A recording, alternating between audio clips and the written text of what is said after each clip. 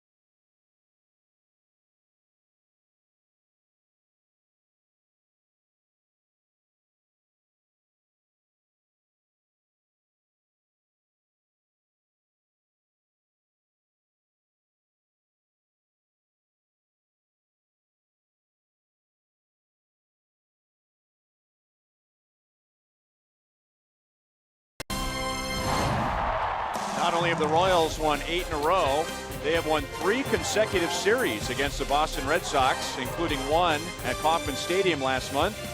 And they've won 8 of their last 11 against the Sox. The lineups and the first pitch are coming up next.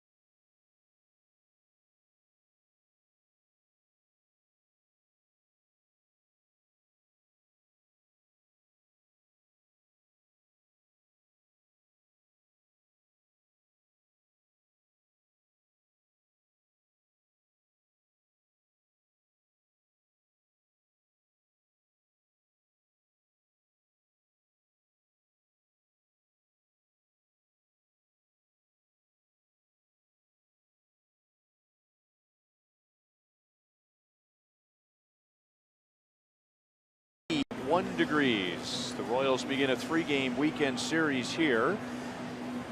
And meanwhile, the Cleveland Indians will be in Chicago over the weekend. And with the Royals having a day off yesterday, Cleveland won, so their lead over the Royals is 2. But now the Royals have a 4-game lead over Minnesota. They have fallen below 500 in 3rd place.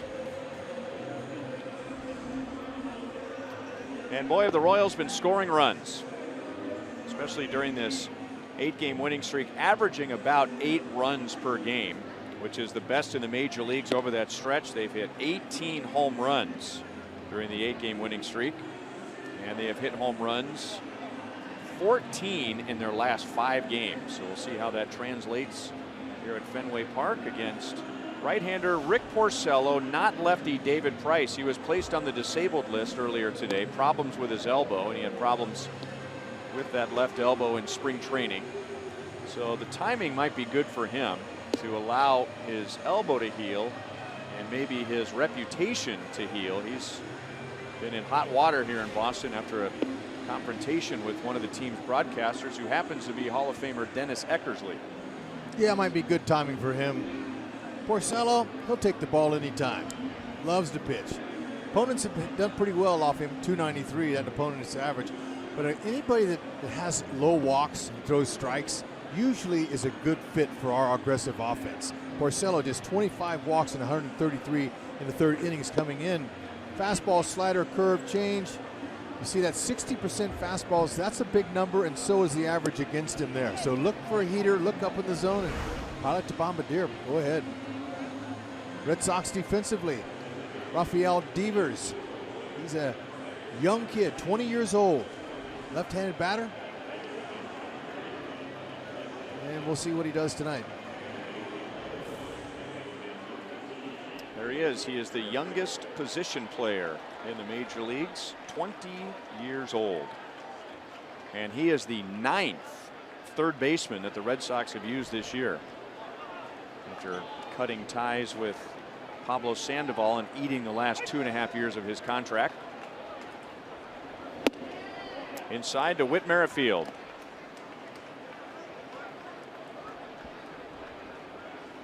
294 overall, 333 in the month of July. 2 balls and no strikes. Porcello, good hitting speed-wise. Averages right at 91 miles an hour. He'll go up to maybe some 93s, but maybe right around 90, 91. Line to left field and run down by the veteran Chris Young. 1 away. Too bad. Whitney was all over that one. Playing outfield here is not like playing outfield anywhere else. Big monster, green monster they call it. Center field, there's some little turns and a little quirkiness over here in the corners, and then in right field, it's like you're playing center field when you play right. A lot of space. Strike on Bonifacio. He had 7 hits in the Tiger series. He has hit safely in 15 of his last 16. 1-1. Just at a time where he's starting to get around 250 and starting to head downhill. And then that homer happened. And then he got hot again. 3 consecutive games with a home run. And that's what you need. You need success, especially when you're a rookie. Because then once you start falling off, then they start looking, how's Soler doing? They start looking down on the farm. So glad to see him continue to stay in that lineup.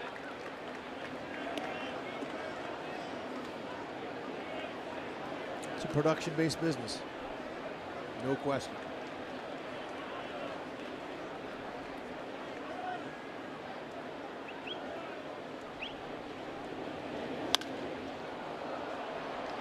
Still 2-2.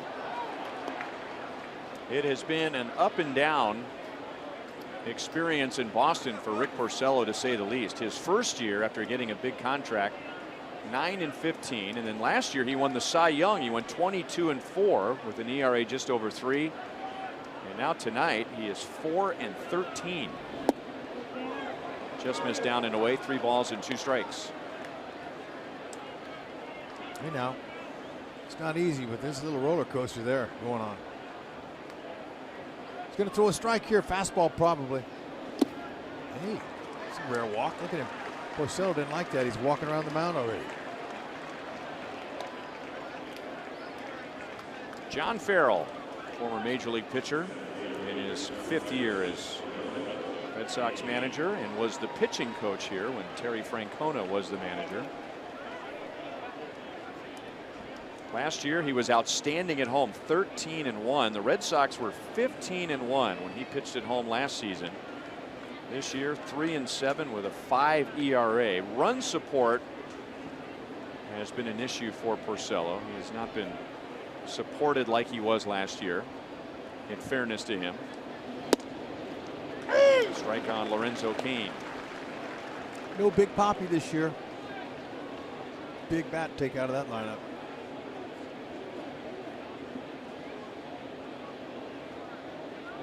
There it is, the retired number 34.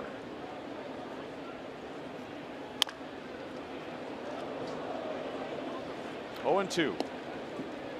Lorenzo had 3 hits in the 22-hit game on Wednesday night. Also scored 3 runs. Locaine 5 for 16 off Porcello. See if he can rattle the monster a little bit.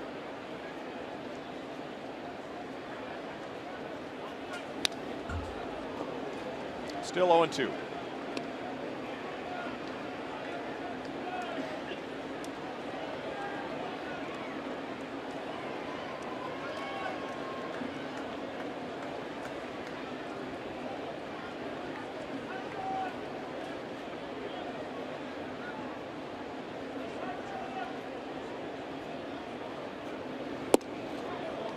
That's downstairs. Bill Miller is the home plate umpire.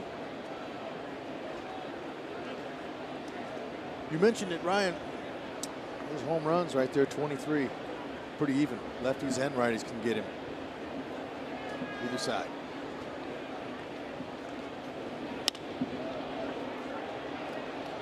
And that's back in the crowd.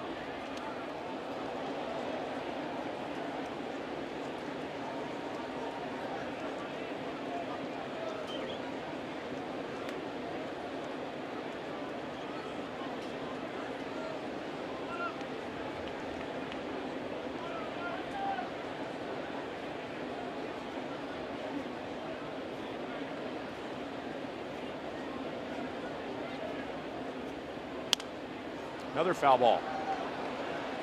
So no David Ortiz, and it is shocking to see the Red Sox. They've hit the fewest home runs in the American League, but the pitching has really stepped up. Red Sox have the best ERA in the American League, and their starting rotation leads the league in strikeouts, inning pitch, and quality starts, even though they've had to use 10 different starting pitchers this year. Here's a chance for two. Bogarts over to Pedroia to Ramirez, and that's the inning. So Porcello was shaky in the first inning, but with the double play, he only faces 3.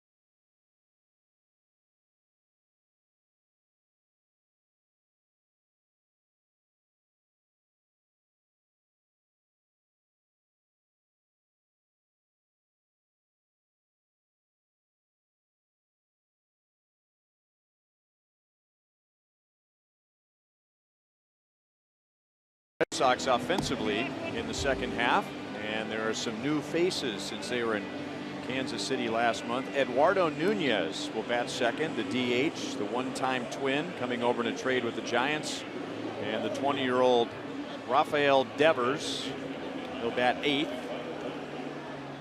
and facing Jason Vargas for the first time this year. The Red Sox did not see Vargas when they were at Kauffman Stadium in June. Hopefully the scalpel's nice and sharp for Dr. Vargas, and he can execute his pitches on the outside parts of the plate. Fastball, changeup, curveball, all above average. When he's in the middle, that fastball gets hit around a little bit. He'll have to try to do his best to keep out of the middle. Not overpowering.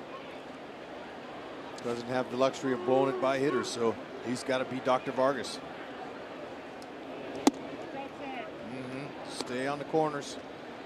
Fastball velocity 85 miles an hour is on the average.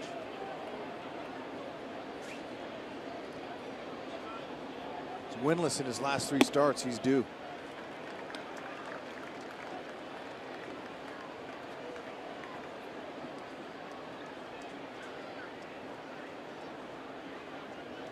Two 2-0 on Mookie Betts.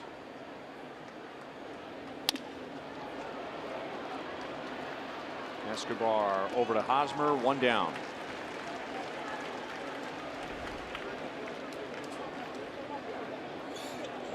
Florida Royals are around the horn defense. Alex Gordon, don't hit it to him, especially if there's a runner in scoring position. Although Brian Butterfield, their third base coach, he's well schooled on Alex Gordon's arm, as well as Locaine and Bonifacio. That's their job, third base coaches, to know the opponent's arm and their strength.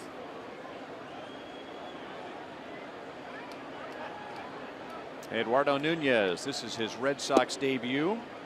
We saw him with the Minnesota Twins last year.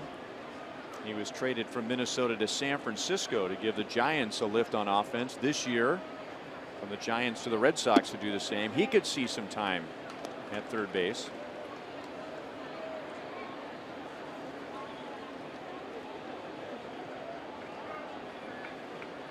And the Red Sox think they got him at the right time. That was right off of Salvi. He tells Vargas he's all right.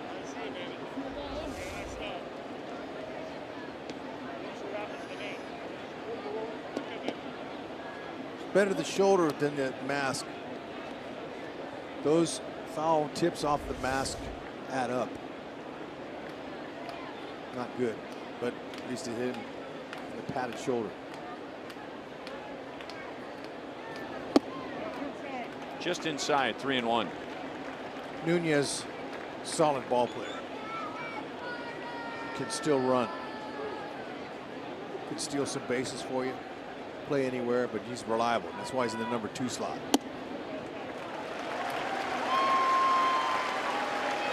Vargas facing the same pattern as the top of the first inning, an out and then a walk. And if the pattern continues, he'll get a ground ball double play. And it's Dustin Pedroia coming up. There are several struggling White Sox hitters in the lineup. Red Sox rather. Pedroia is not one of them. He is having the best month with run production of his career, and he's had a long career. And then you add in the fact he is one of the toughest outs in Royals history, hitting .359 against the Royals, 60 games. And that's the highest ever against the Royals with his plate appearances, 250 or more plate appearances. He has driven in 25 runs in July, the most he has ever had in any month of his career. He's a smart hitter. He'll pull the ball if you let him, and then he'll go the other way when the situation calls for it. It's to the situation.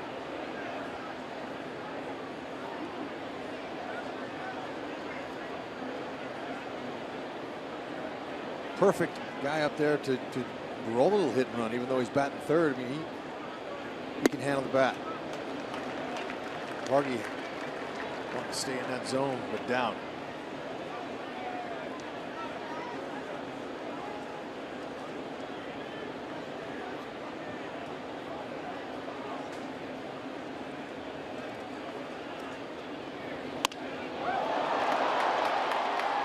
Had him out in front just enough.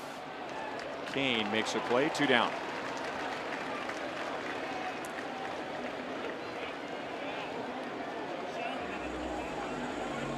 Now, on one hand, you look at Vargas, and Hud mentioned he has not won in his last 3 starts. His ERA is almost 10 in his last 3 starts, but his last start was Saturday.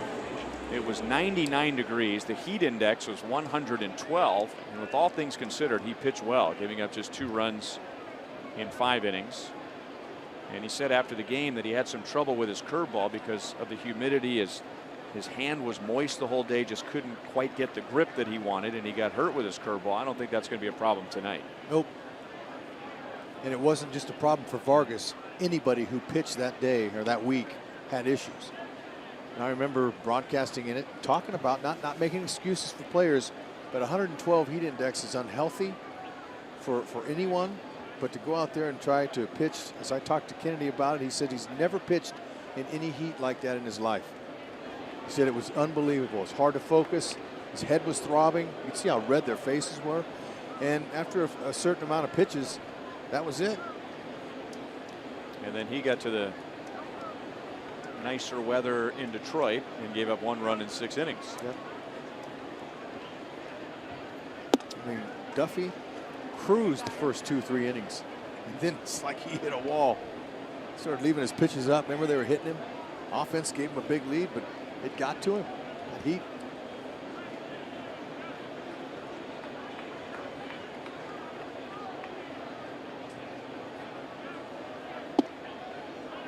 Good spot. 1-1 on Hanley Ramirez. Hanley just 1 for 2 in his career off of Vargas. Hadn't faced him that often.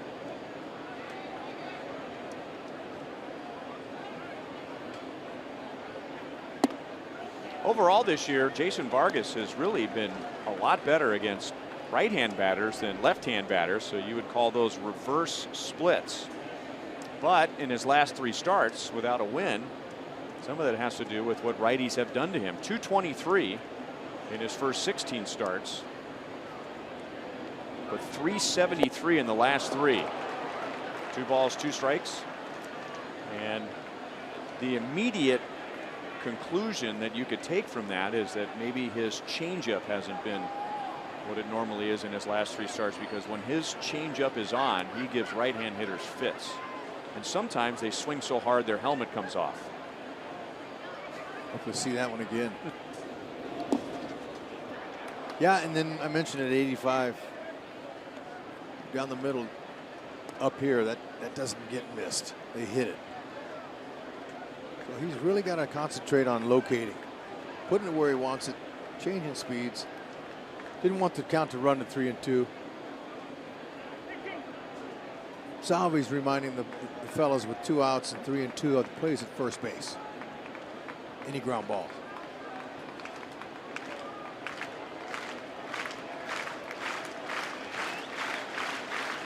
Nunez runs, and it's grounded to Moustakas. And that'll do it for the Red Sox in the first inning.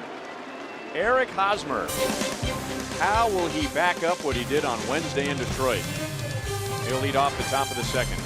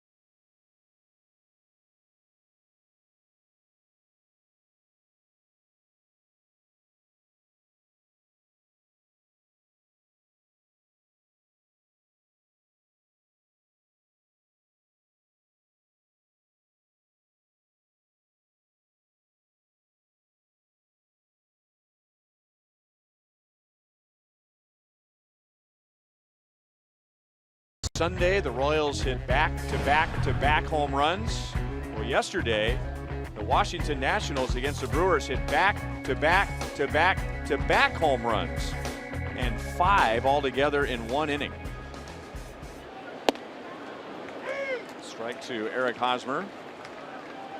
Washington leads their division by 13. There is the historic night for Eric Hosmer. No balls, 2 strikes. First time in Royals history. 5 hits, 5 runs, 6 RBIs. And if you add the stolen base to it, it's just the 3rd time since 1920 that a player has had those numbers in those categories. Pedroia runs in from right field to get Hosmer, and there's 1 down. Yeah, no, you got to throw that stolen base in there. That's the intangible right there. Not a lot of guys can rip off a bag, too, like Hos did. That's phenomenal to have a day like that.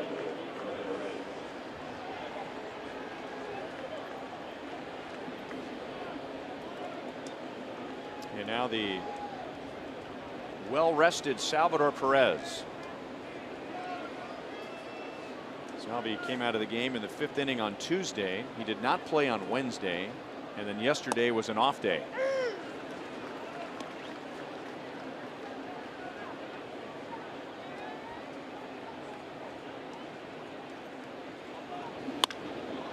that is blasted to left field, and that is nothing new for Salvador Perez. He hits it out of Fenway Park, and Salvador Perez has now hit 8 home runs in his last 12 games against the Boston Red Sox. Oh, we have liftoff. And how about our Royals section up in the upper part over there in left field off the Green Monster? They got an bird's eye view of this. Talk about being able to lift that. That's the very low part of the strike zone. Leon, the catcher, was going to catch it backhanded on the ground. That's called a beautiful 3-iron. Oh, great swing, good tempo. 1-0. And now strike to Mike Moustakas. So there you go. 4 home runs in his last 3 games here. 8 home runs in his last 12 against Boston here or at Kauffman Stadium. 1-0 Royals. 0-2 on Mike Moustakas. Surprised Moose didn't swing at that first pitch right down the middle. He normally is first pitch hacking, but Salvi getting him on the board. I mean, that's a ball there that a lot of guys, 80% of guys, can roll over and ground ball to the third baseman if they swing that or foul it off. Good spot. Porcello gets his first strikeout. 2 down in the second inning. Let's take a look at Salvi's home run pitch where this was. Okay, this is not normal here. To be able to do that, to drop the head on a pitch that's down there like that and lift it. Watch this. No bat flip. No. Been there before. Don't need to show you. I'll just show you the ball sailing over the fence. Breaking ball strike to Brandon Moss. One more impressive number in regard to Salvador Perez. That's his 4th home run in his last 8 at-bats at Fenway Park. 1-1. Here Porcello thought he made a pitch. It's a good spot. A lot of guys going to foul that ball off in their shin or the third base bag or foul somewhere. 1-2 on Moss. So the streak continues for the Royals. They have now hit a home run in 9 straight games. Second strikeout for Porcello. And the Royals have hit 15 home runs in their last 6 games as Salvador Perez gives the Royals a 1-0 lead.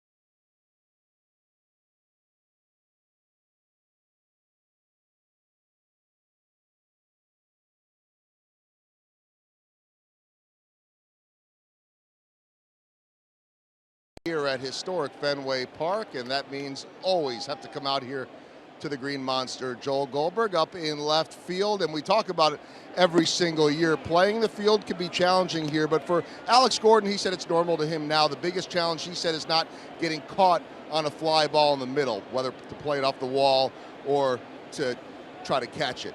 Now, for Jorge Bonifacio, Gordon was telling me that he'll be fine, got to contend with the pesky pole, and there's a lot of room out there, so you got to make sure you're backing up just as you always would. And then Rusty telling me that for Bonifacio in his first game, a ball down the line, you've got to either go for it, or if not, back off, because if you're going for it and you don't cut it off, it's going to go a long ways. One other thing, guys, that Rusty told me, with the lights the way they are here and the sun, which won't be an issue anymore, line drives with these lower lights can be a problem. But again, Gordon and Kane have played here many, many times before. Wow, that would have been sweet. Good try. That's all they could do. Creative try. Yeah.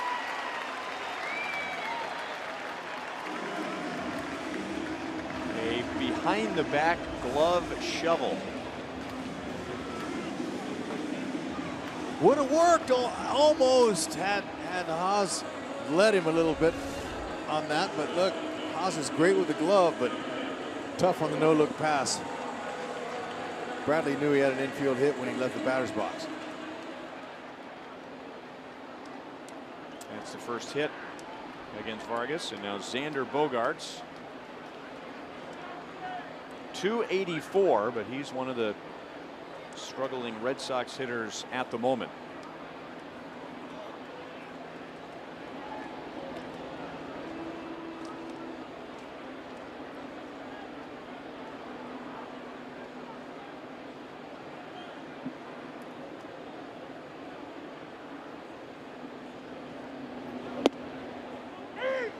This is another hitter who's had a heck of a career against the Royals. And if you go back to the beginning of 2015, only 3 other hitters have more hits than Xander Bogaerts.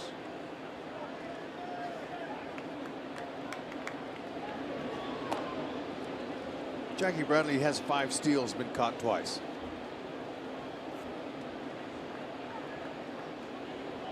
Bogaerts having some issues with his hand.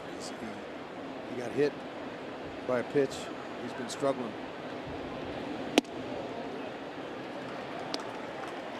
Everybody's got a little owie somewhere.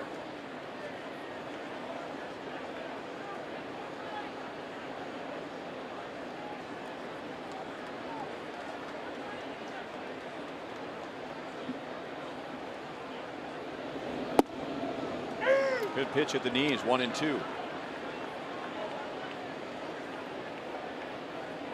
Bogaerts has a .376 career average against the Royals, which includes a current 19-game hitting streak against the Royals. He has played in 21 games against KC before tonight, and in only one of those games did he not register a hit. He uses the whole field. Anything soft, he'll pull off that big wall.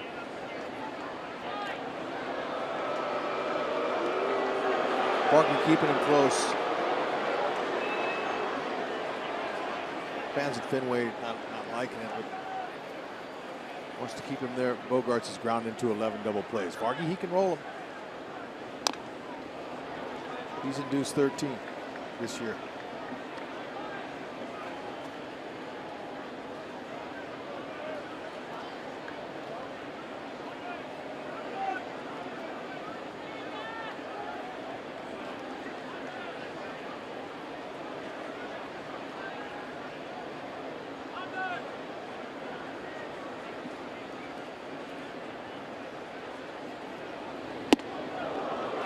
Two and two. Good pitch. He had Bogaerts leaning out over the plate. In order to have success with your changeup, you've got to be able to do that. Pitch inside, knock him off the plate. Better be aware of it. Salvi wants him to go right back in there. Right to Escobar. 2 down. Now Bogaerts is 0 for his last 15.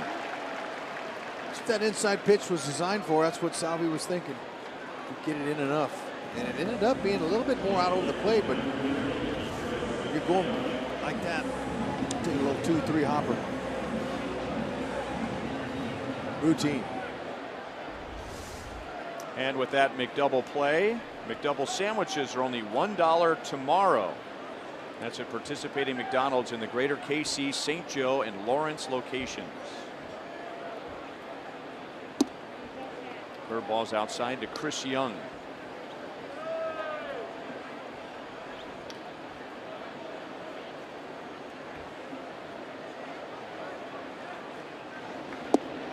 There's a good changeup. 1 ball, 1 strike. Andrew Benintendi is on the bench tonight, so the veteran Chris Young in there against the lefty Vargas.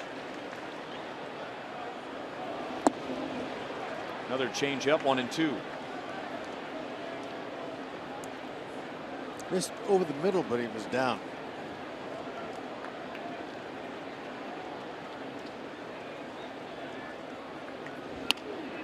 Jam badly, and Escobar will make the play, so nothing comes of the leadoff infield single. And at the end of 2 in Boston, the Royals lead 1-0.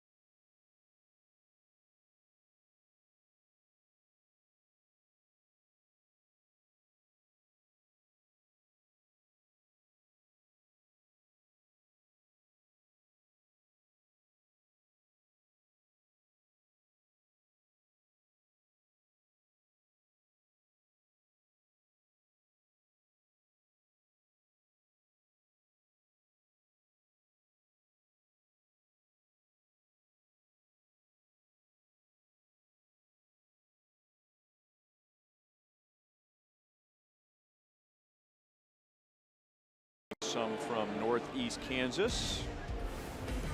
It's a full day of baseball tomorrow on Fox Sports Kansas City and FS1. The Royals continue their series with the Red Sox here.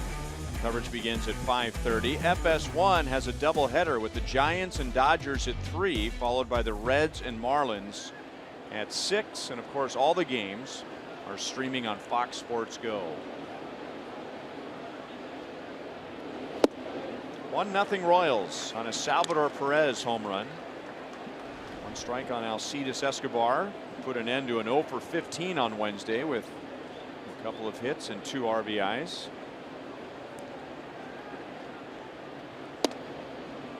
This is start number 272 in a row at shortstop.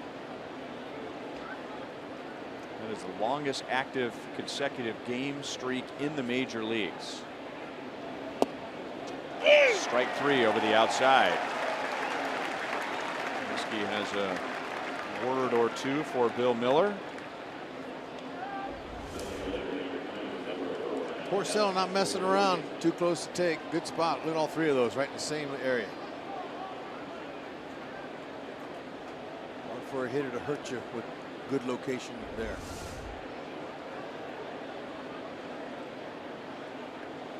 One down to Alex Gordon. And we've been talking a lot about some Red Sox hitters who have done really well against the Royals in their careers. How about Alex Gordon, what he's done at Fenway Park. Our Academy Sports and Outdoors leaderboard, he has the highest OPS of any active player. Over 1,000 here at Fenway. It's pulled out to Pedroia in shallow right. 2 down. That's impressive. And it goes along with a .355 batting average. And now Whit Merrifield, who was ahead in the count 2-0 to begin the game, and then lined for an out to Chris Young in deep left field. Although you always say deep left field in quotations here because it isn't very deep. But it was hit hard. Yeah, it was. 310 says down the left field line.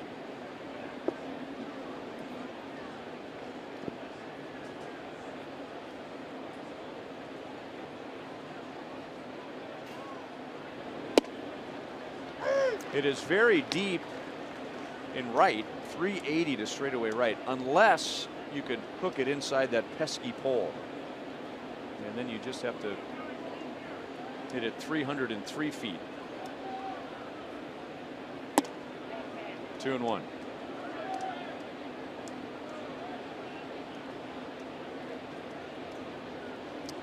It's tricky when the ball leaves the bat at home plate and you pull it.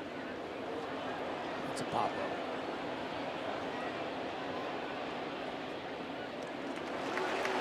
Royals go down in order in the top of the 3rd.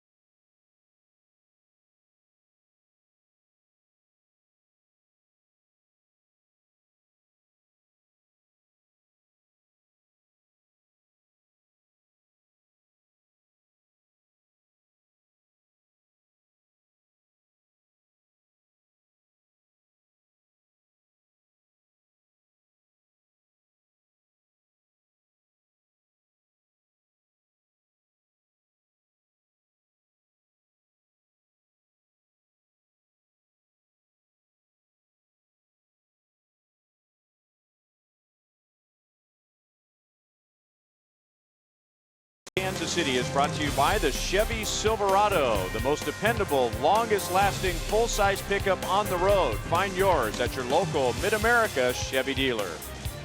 By the Missouri Lottery, every ticket played gives back to Missouri schools, so play it forward with the Missouri Lottery. And by Thoroughbred Ford, every day there's a great deal waiting for you at Thoroughbred Ford. Royals fans, many of which in that section in the left field upper deck. I believe those are fans from the Royals destination packages that we talk about all season long. Fantastic. Way to represent. Over 170 Royals fans are up in that section, enjoying a 1-0 lead on a Salvador Perez home run. Earlier, Royals fans took advantage of destination packages to AT&T Park in San Francisco, and with us right before the All-Star break at Dodger Stadium. Great to have him here. Saw a few out and about yesterday on the off day out in the city. No chance on that one. Devers is down on strikes, and that's Vargas's first strikeout. Salvi hit that blast, and those folks, they come unglued. I mean, that ball, it was to their left, and they saw it sail over the green monster. That's their view. Good shot, good shot.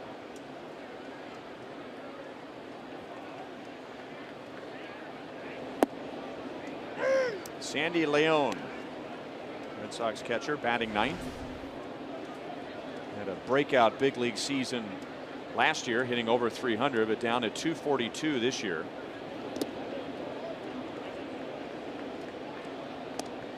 Sure does do a good job defensively. Him and Christian Vasquez handling the catching duties for the Red Sox have thrown out over 35% of runners. Excellent mark.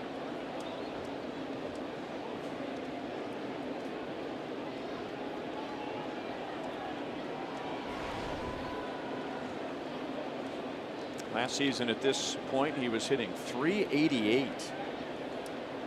And he was fourth on the so-called depth chart when the season began, but because of injuries and underperformances, he got an opportunity and he made the most of it. And now the league has made an adjustment. Switch hit and catcher. A few of his 6 home runs were important, big home runs for the Red Sox.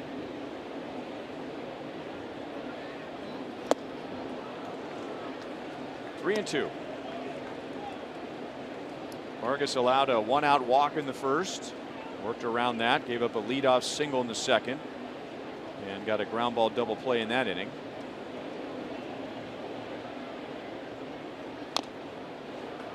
Still 3 and 2.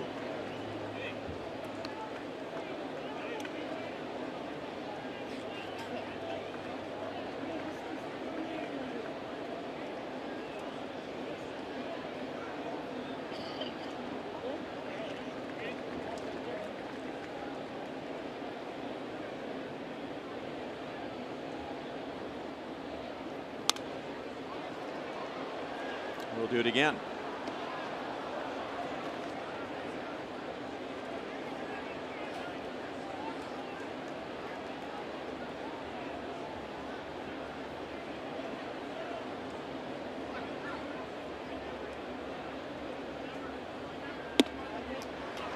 León takes a 1-out walk, and Vargas has walked 2. And now the Red Sox begin their second turn. This has not been a good place for Vargas in his career, but he has not pitched here in 5 years. May of 2012 was the last time that Vargas pitched here at Fenway Park. It used to be this was a bad place for a left-hand pitcher. Red Sox would just line them up, right-handed power hitters, and just pull everything off the monster in left field. You'd like to have a right-hand pitcher on the mound, because if those left-hand batters are pulling it, there's all that room out in right, but now you have more balanced hitters that hit the ball to all field, so it's somewhat negated what that advantage used to be. Hosmer comes down from first.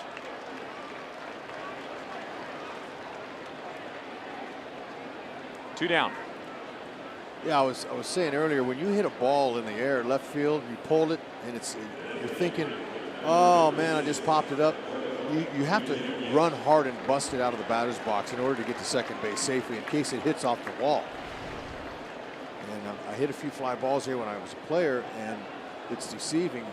Almost got thrown out at second base because I just thought it was a routine out. I hit the wall, and then I hit a few over the wall, and I wanted to enjoy my trot, so I had to shift gears after second base and just enjoy the rest of the 2 bases I got to run. But it's just unlike any other place. 0-1 on Eduardo Nunez. All that room out there in right field. Yep, it's like playing center field. Red Sox have 2 center fielders out there, center and right. And Betts and Bradley Jr. I remember when Mark Teahan was playing for the Royals and he was playing right field, and I asked him about playing right, and he said something. He said, it's odd, you're trying to find where to position yourself, and then when you do find the right spot, You look to your left, and you're behind the foul pole. Watch out. And you and I discussed this last year where, right now the grass is in great shape. But a visiting right fielder will just look for the dead grass of where the right fielder is normally standing, because this ballpark, like none other, you don't just go take the field and you know exactly where to stand. There he is. He is positioned in front of the foul pole. So you just have to go out there and trust that you're standing in the right place, because everything around you will tell you that you are out of position. No. No? No. You're right. I was going to say no. You're right. It's very weird playing out there.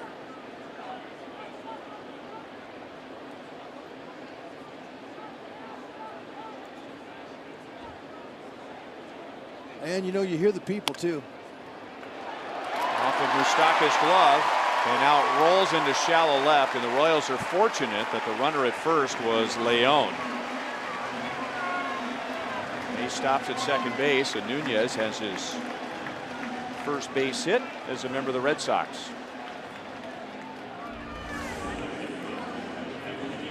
Moose couldn't quite glove it. Escobar wasn't ready for the deflection either.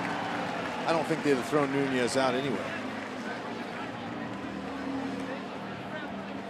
Those 90 feet here are more important than any other ballpark, especially if your guy doesn't run well, because a base hit to left field, even with 2 outs here, is not an automatic run.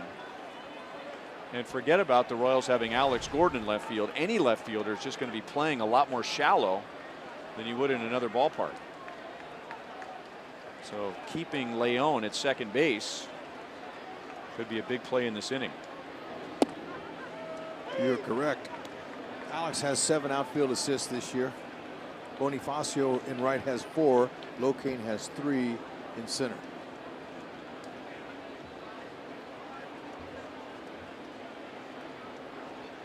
Pedroia flied out to center field in the first inning. Changeup. 0-2. Pull the string.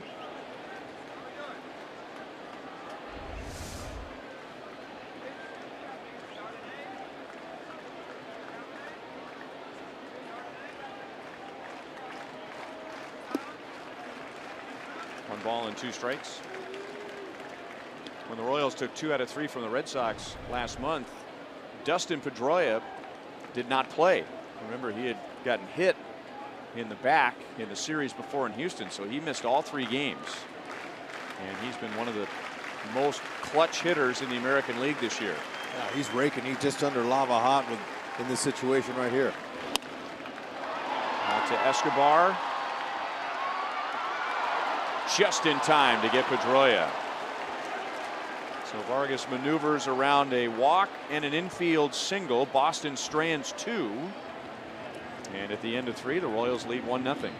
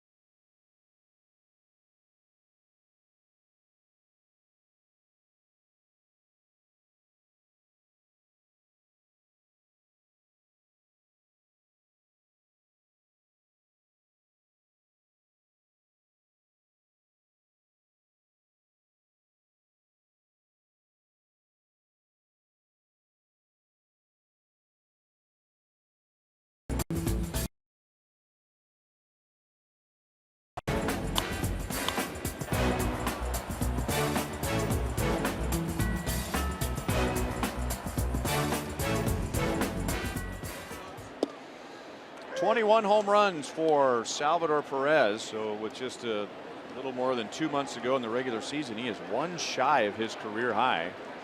1-0 Royals. Bonifacio, Kane, and Hosmer. If anybody gets on, Salvi will come up. Bonifacio walked in the first inning and then was erased when Kane grounded into a double play.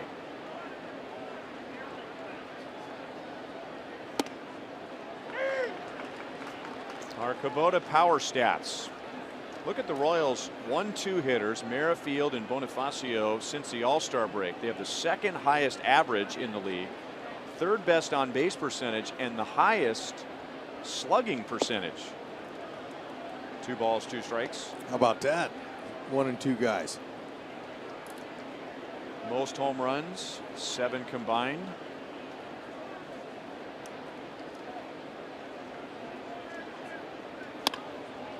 Up the middle, base hit center field for Bonifacio, and he's on for the second time tonight.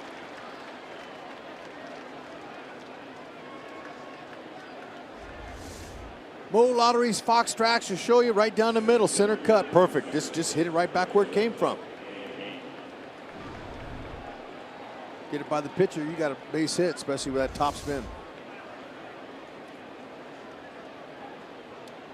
So a 7-game hitting streak, and now he's hit safely in 16 of his last 17. Kane grounded out 6-4-3 to end the first inning. Over the outside, strike 1.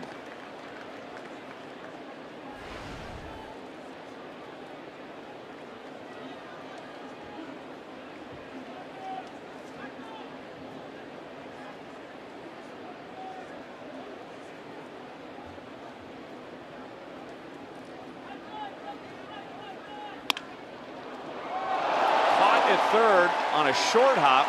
No double play this time, but an outstanding stop by Devers at third base. Who doesn't even look 20 years old. Very good defensive third baseman. I was talking to the Red Sox infield instructor Brian Butterfield today before the game about him, and he said that he's an excellent defender, soft hands, has really good ready position, decent range left and right, and a good strong throwing arm. He can hit.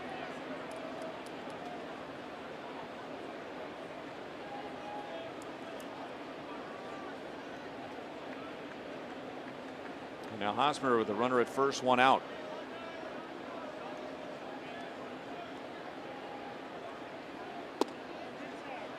Inside and low, ball 1. Hosmer grounded out to Pedroia at second base in the second inning. Porcello didn't look like he came set. Might be worried about Lorenzo Cain. Rip him off. He's 16 for 16 in steals. Barely came set.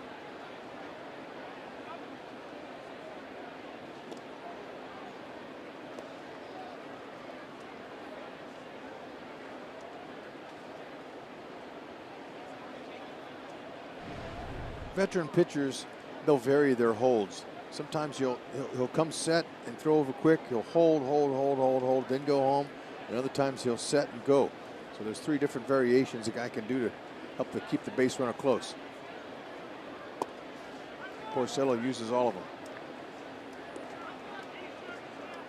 2-0.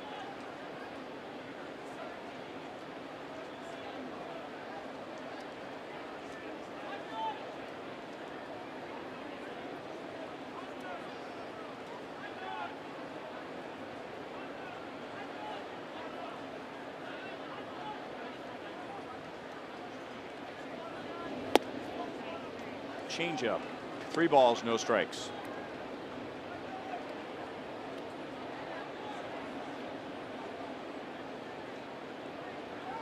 Salvador Perez with a home run tonight is waiting on deck. Third baseman's over here now. Devers. Leaving that whole left side open. Kane runs on 3-0, and Hosmer fouls it away.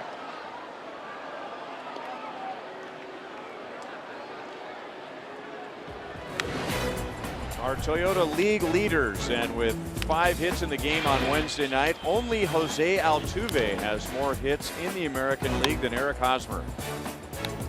And he's dangerous now. He's pulling the ball. He's hitting it anywhere it's pitched. And that's last swing off Porcello. That was a vicious rip. He was looking to hit that out of the stadium. 3-1. They're coming again. 3-2. Put a little spin on that little slider.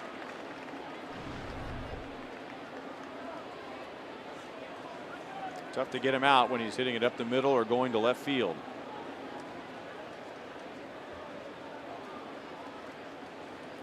Had success, Porcello, getting the ball by him the last 2 pitches. He might just stay with it, either a slider or a fastball here.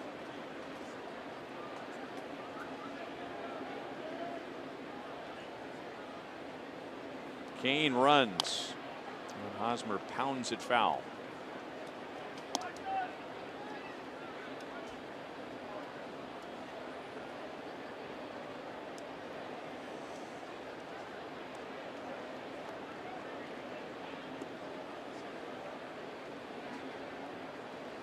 Eric Hosmer in his last 10 games against the Red Sox, 4 home runs, 12 RBIs.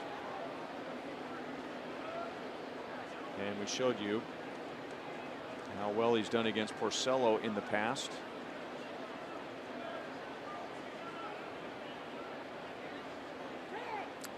See how he's holding now? He's holding long. Hitter can only keep his concentration 6 to 8 seconds maybe.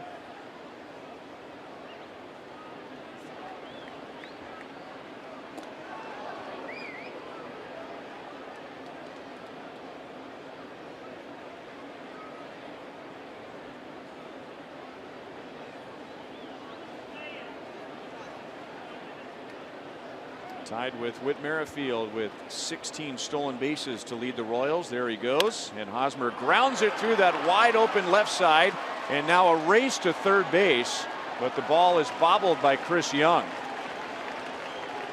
Chris Young for a moment there looked like he was going to have to go in quarterback mode and hit his wide receiver, who was the shortstop Bogarts, running to third base and trying to get there ahead of Lorenzo Cain. Haas saw that whole left side wide open, and he loves to go there. And Locane, he's going to race Bogarts to third, and he knows that he can beat him. Young, he says, you know what, I'm not going to take a chance of throwing it away. I'll just get it into second base, keep the double play in order. So I like the fact that Ned Yost was sending Lorenzo Cain the attempts that he went. There it is away. That's routine. Slap it over there. You got a base hit all day.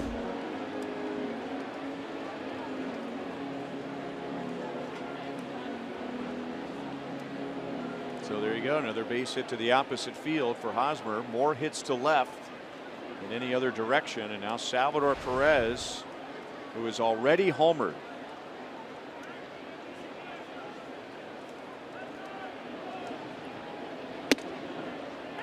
He has 4 home runs in his last 8 at-bats at Fenway Park,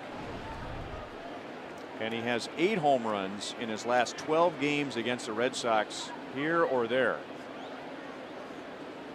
And he hit a pretty good pitch to left field in the second inning. Down and away, 1 ball, 1 strike. I'll say it never gets old seeing this. This is a great homer here. I mean, that ball is like on the ground. That's just, he just golfed that out of here. Put his head down, set the bat down, run the bases. Beautiful. Looking to do the same thing to get elevated at least. Sac fly, better, maybe a knock.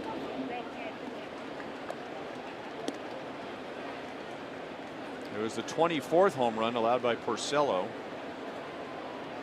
That's the 4th most in the American League, and he's already given up more home runs in 22 starts than he did all of last year. If you start pointing toward areas where he struggled this year. 2 balls, 2 strikes. You know, Salvi has grounded into 15 double plays. That's the most.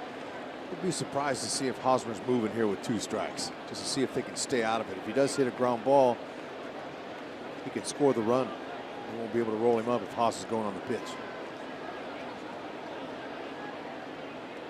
Royals have been doing a great job running the bases.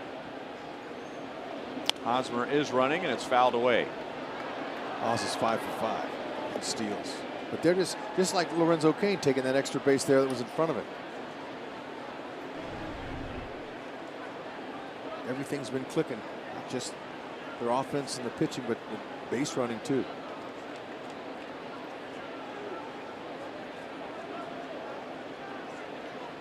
Leon, he's standing out in front of home plate and he's giving signs to the infielders and letting them know where he's going to throw the ball. Either the second, either the third, or hold it, or fake. It's 3 or 4 different signs they give.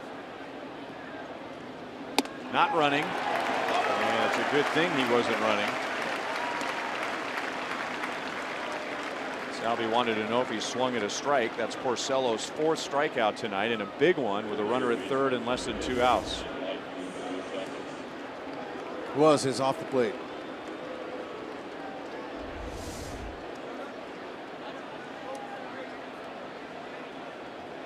Mike Moustakas struck out on a slider in the 2nd inning.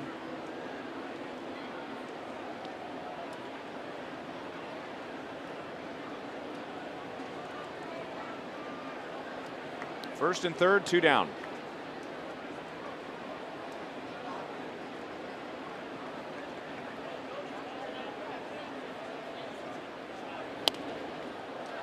Fouled back, 0-1.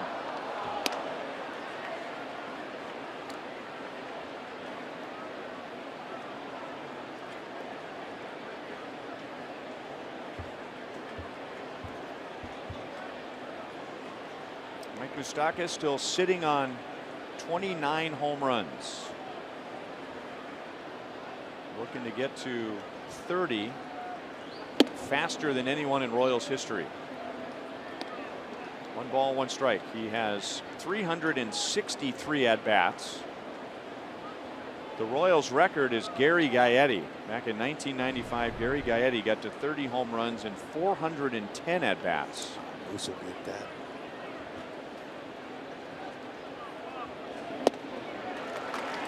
One and two.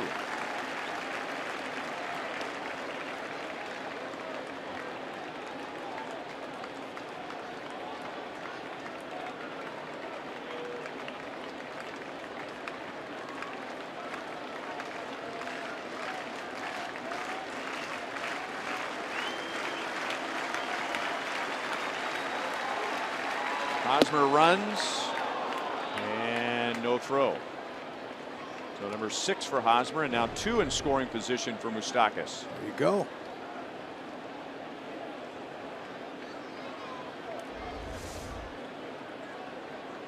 Uncontested.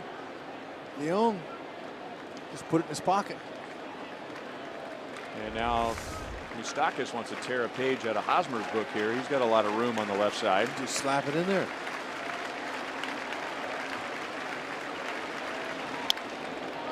In on his hands, and it's still 2-2.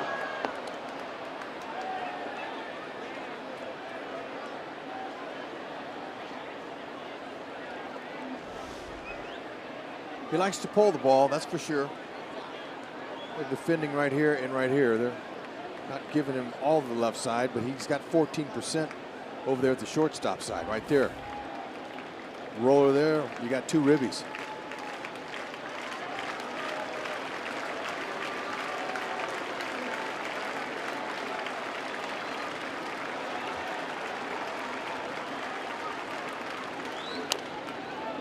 Another foul ball. Now Leon wants to go out and have a little chat. Bradley Jr. in center field, he could be a candidate for a Gold Glove this year. He's having that kind of season. Has a great arm too. He's got just 3 outfield assists. Benintendi's not playing tonight. He's the left fielder. He's got 6 outfield assists. He's good, but Young's out there in left and he's average. But there's Jackie. Jackie's got it going on.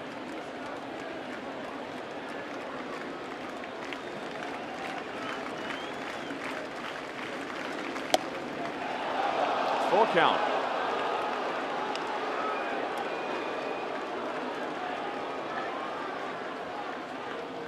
Brandon Moss is on deck. With an open base, does he get a pitch to hit right here? I'm thinking, yeah, he wants to pitch to him. Ooh, man.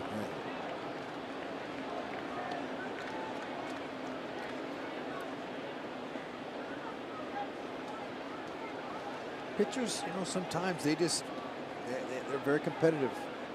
Alpha males, they're all top A dogs. They want to win. I could beat you. I'll blow a heater by you. So it's up to the catcher to measure the testosterone flowing. Does he have a special meter that he uses for that? Or I don't know how you read that, but a lot of guys are like that. Especially, when they come inside off the field in the dugout, that's when they let their emotions out. Because the hitters can't see them, and that's when you can hear everything. Pesky into the corner, gone, and that is number 30 for Mike Moustakas. It is worth 3. And the Royals have taken a 4-0 lead in the 4th inning. Mike Moustakas has reached 30 home runs, faster than any Royal in history.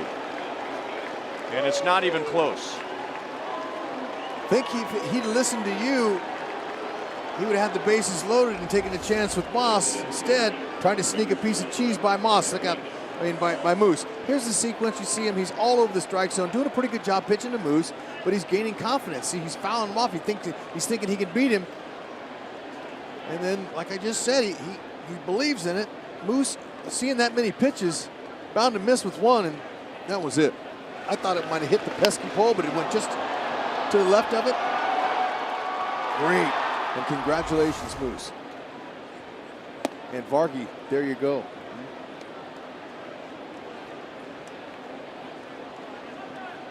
30 home runs. His previous career high was 22, and we still have over 2 months to go.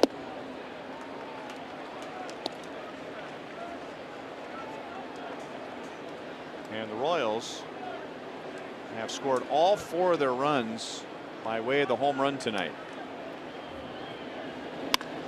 And now Moss goes into the right field corner. He is 1 for 2. Porcello just kept convicted with the fastball. He kept thinking he could beat Moose with a heater. But look at that again, see if it was a fastball. Moss drove that one, looked like a heater.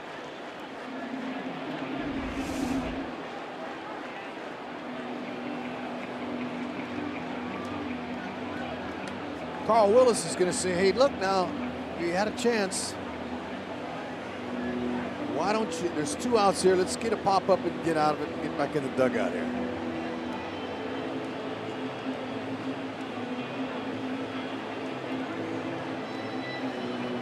It was supposed to be David Price tonight for the Red Sox, but he went on the disabled list with an elbow strain. So Porcello had normal rest, but only found out this morning that he was starting tonight. And all things considered, with all that's going on with David Price right now in Boston, that might be the best place for him. Yeah. I mean, he dug his own hole, but hopefully it'll all smooth over. Red Sox, they got a chance to win this division this year. Coming to tonight with a half-game lead over the Yankees. But they did not get out of the gate very strong after the All-Star break. There's your foul ball. Just to our right. Red Sox had a 2-4 road trip, which concluded in Seattle on Wednesday. They had an off day yesterday, just like the Royals did. and hoping to gain some momentum. This is the first game of a 10-game homestand for them. Escobar hits it out into right center field, and Mookie Betts makes the play. Escobar is 0 for 2. Mike Moustakas hits number 30, and the Royals lead 4-0 in the fourth. Sweet! Loose is loose.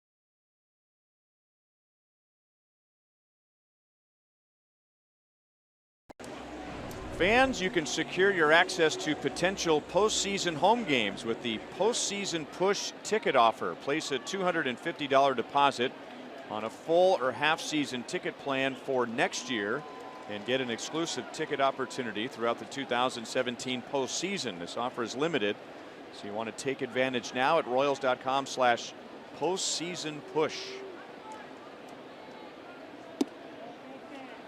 Outside to Hanley Ramirez. Jason Vargas is pitching with a 4-0 lead in the bottom of the fourth. He got Ramirez to ground out to Moustakas in the first inning.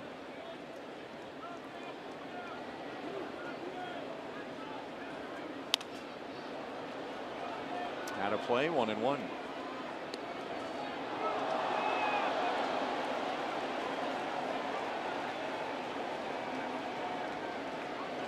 Red Sox have 2 singles and 2 walks so far against Vargas.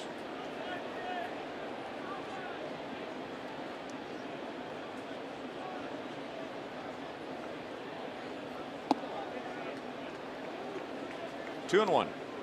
Ramirez, Bradley Jr. and Bogarts coming up.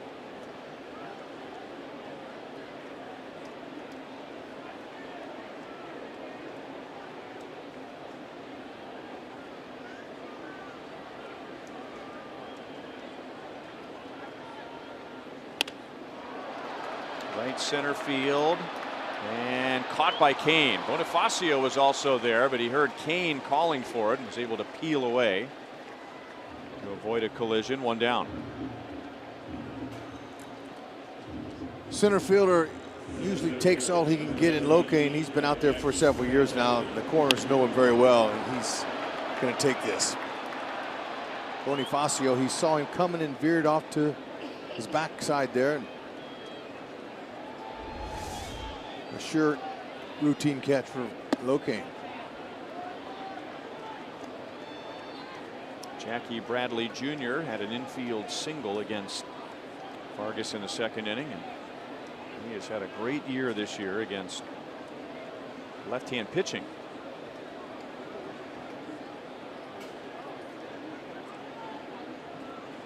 Been hit it hard. Just a high bouncer over to the right side. Now he's late on a fastball. 1 ball, 1 strike. Kia puts us in the driver's seat.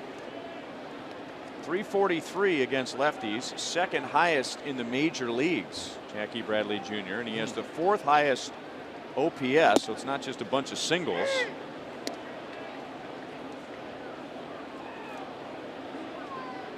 Only Ben Gamel of the Seattle Mariners has a higher batting average against lefties this year.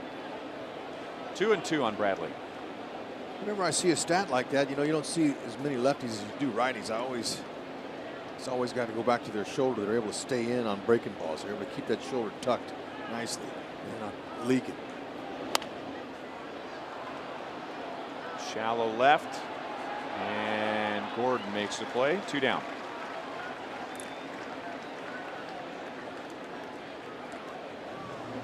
This is not a make or break inning, but right after the Royals get 3 in the top of the 4th, no better time than now for a 1-2-3 inning. And, you know, it's because there's momentum in this sport just like there is in any other sport. You've got the momentum after scoring the runs. You want your guy to go shut them out 1, 2, 3 if you can. Vargy's looking really good. His rhythm, his tempo in between pitches, good. He's executing where he wants to. He's getting ahead of hitters.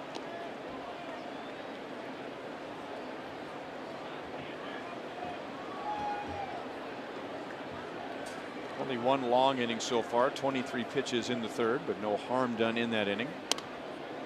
And now he's 0-2 on Bogaerts.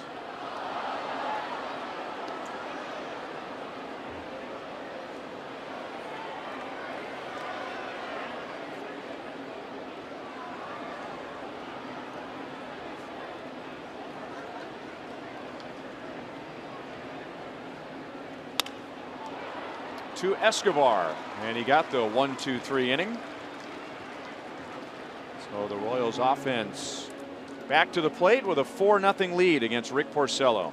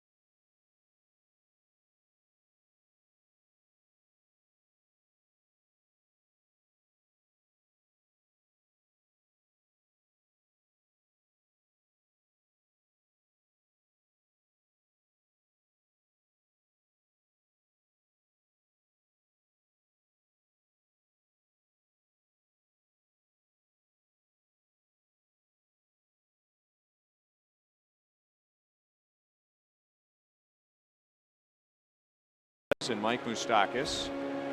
He is 4-13, 1 year after winning the Cy Young Award. In our sprint trivia question, who has the most losses in a season immediately following a Cy Young campaign?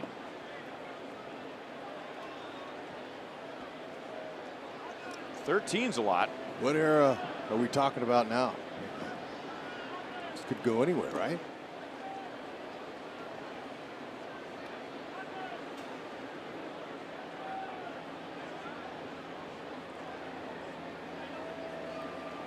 '70s would be the answer to your question. Thank you. That gives us a little idea.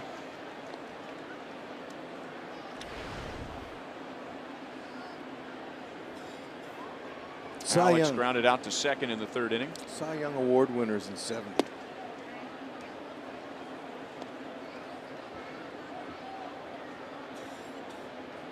Jim Palmer.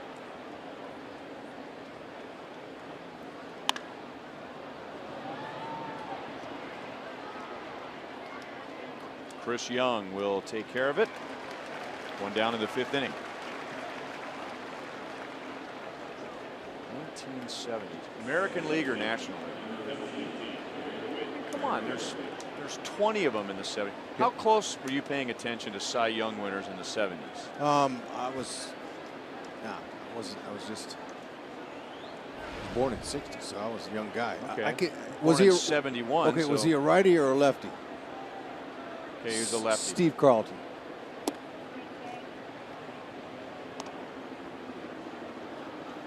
One 1-0 on Whit Merrifield. He is lined to left and popped to second. That was it, huh? That's it. Ding, ding, ding, ding, ding.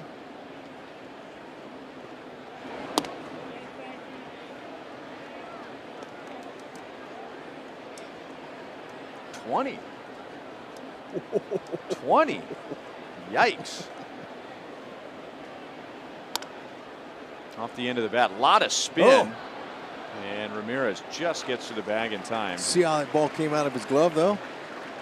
It happens when the ball spins like that. Hanley was able to redirect it back in the glove, but watch it hit his leather. When it hits his leather and the ball spinning like this, it kicks right out.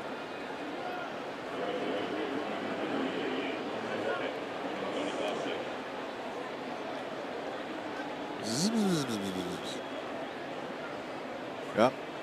But Hanley, he was a shortstop. He was an infielder in his day. He knows about those little spinners. And he's got a lot bigger glove at first.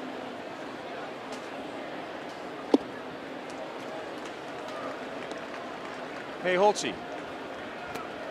What was the year? Wasn't there a year like Steve Carlton had like 1/3 of his team's wins the whole year all by himself? Bonifacio has walked and singled. 1 ball, 1 strike.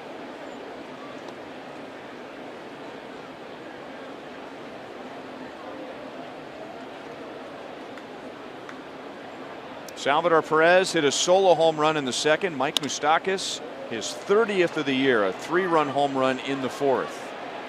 And Ramirez, an over-the-head catch in foul territory. It's a handshake or two for some fans, and then gives away a souvenir. 4-0 Royals to the bottom of the 5th.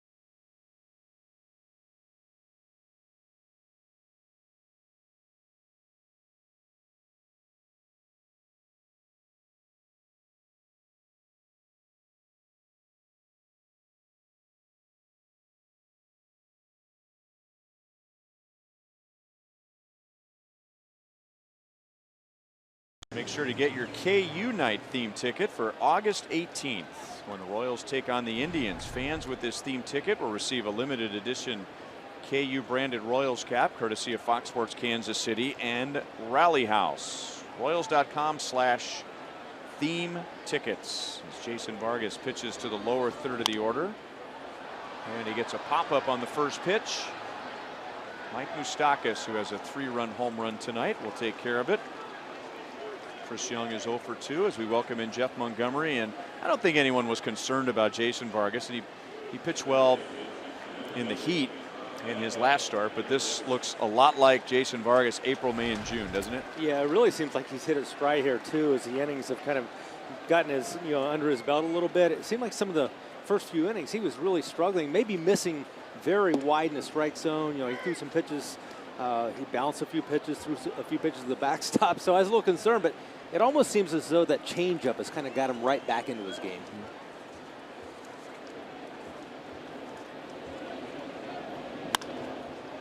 That is fair off the bat of Devers. He'll be at second base with one out.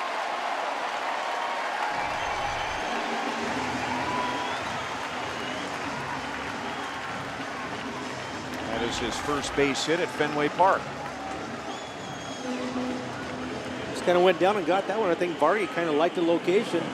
Devers, really nice job in staying with it. Just finds enough fair territory to get it by Haas. Good looking young hitter.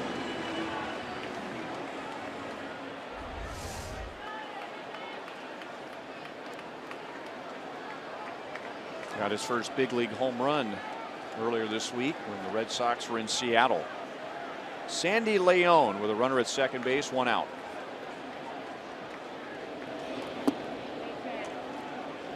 It's really easy as a broadcaster or a fan to wonder what's wrong with Jason Vargas when he's not pitching like we're accustomed to, and maybe we don't give him enough credit for what he is doing right when he's on. And especially a pitcher of his style, Monty, who has such little room for error because of his velocity, that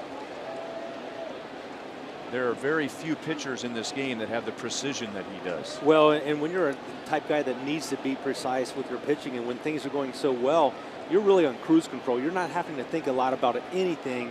That's the way this sport can be. If you're locked in as a hitter, you're seeing the ball extremely well. You're not thinking a lot about it. But the real pros, when they hit a little bump in the road, we saw Jason Vargas have a couple back-to-back starts early in the year against the Yankees. He made the adjustments. He comes back and gets on another roll. And then we see him right before the All-Star break, too, a little setback, but seemingly now he's right back on track.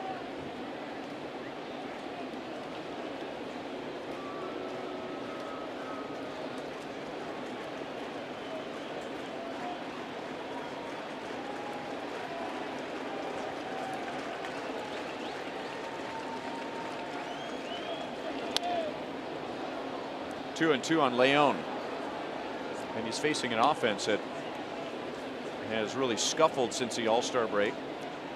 It still requires a double take for me to see the Boston Red Sox last in the American League in home runs. Well, think about when they came to Kansas City for that homestand we had against them earlier. They were like crazy numbers, but still the home runs weren't there, but they were scoring lots of runs.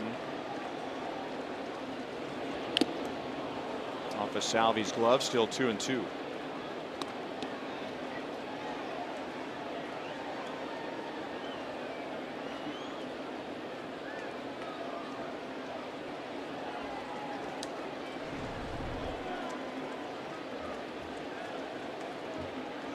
...102 home runs. Spoils that Vargas pitch. Still 2 balls, 2 strikes. The Royals have 129 home runs after 2 tonight. 1 from Salvador Perez, 1 from Mike Moustakas, who got his 30th. And Ed Yost predicted during the offseason and in spring training the Royals would hit more home runs this year, and they're on pace to shatter the club record. 3-2. Club record, by the way, is 168. That was in 1987. So 168. And the Royals right now, with over 2 months to go, have 129. Well, I think the impressive thing about the power and the home runs for the Royals is the fact that a lot of times home runs, they're great, and when you get a big home run, it gives you a chance to do a lot of things. Here's going to be a ball. Let's see, Gordo. Yes, indeed. But they give you a chance to get back in the game. They give you a chance to make up a deficit if you're down, especially late in the game. And that's what I remember about a lot of the Royals' home runs prior to this year. When they would hit them, they would be big home runs. This year, it seems like a lot of their home runs have extended leads. They've been home runs to win ball games for them, and they've put them to really good use, I guess is what I'm trying to say. Instead of just home runs, kind of padding your numbers, there have been very meaningful home runs. Yeah, and they've proven they can win without the long ball. Yep. Yeah, it's not the only thing they're doing right now, where early in the season when they were scuffling offensively. Yeah, they were hitting home runs, but that's all they were doing. Solo home runs. Mookie Betts with a runner at second, 2 down. Right over the outside edge. Betts has grounded to short and popped to first.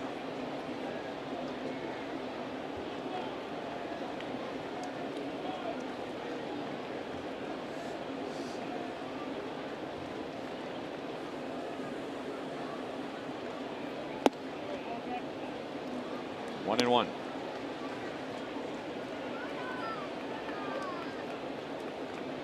You know, he's got to be good in these situations when you're hitting 390. Runners in scoring position, that's for sure, but there's 2 outs. He's hitting 397 off of lefties. And the Red Sox will get their first run.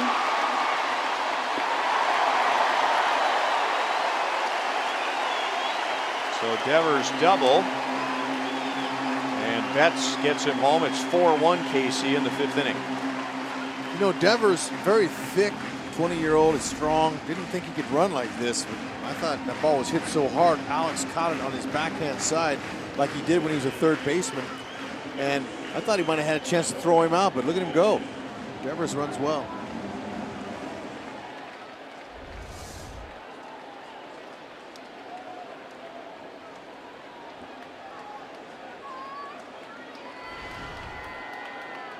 Eduardo Nunez in his first game as a member of the Red Sox has walked, and he has an infield single. And that's through the right side. Betts will stop at second base.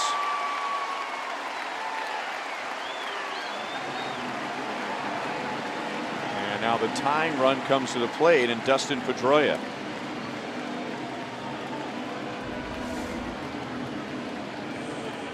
Let the ball travel, is able to keep his hands inside. Took advantage of Merrifield playing him up the middle.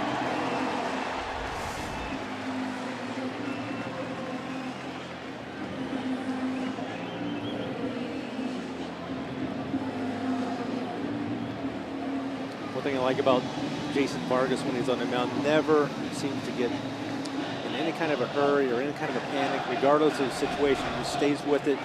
He knows he's got to make a big pitch here to Pedroia to get him out.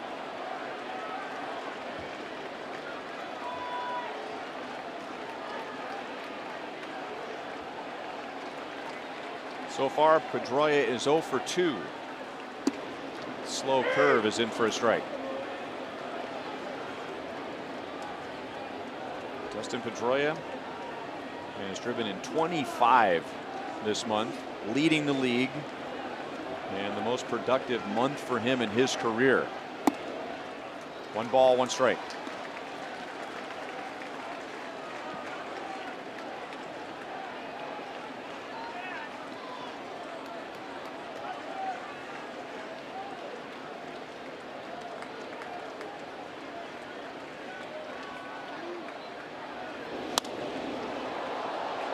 Into the crowd behind the Red Sox dugout. 1 and 2.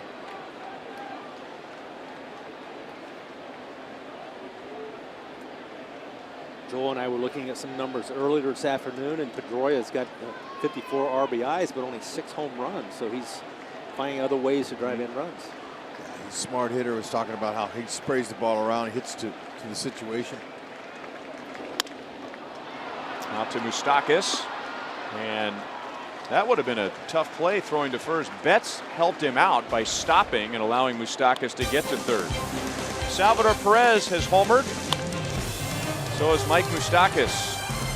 They're coming up.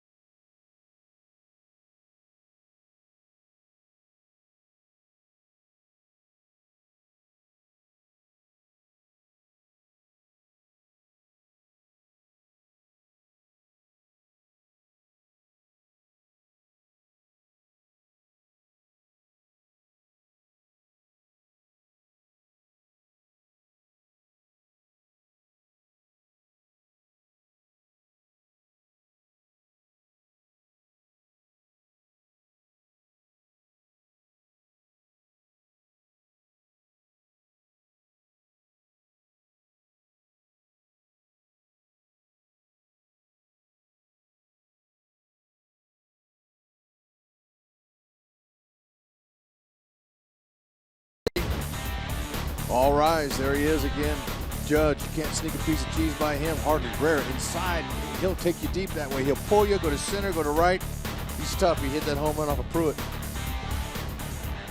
33rd of the year. Look at Moose closing in on Aaron Judge.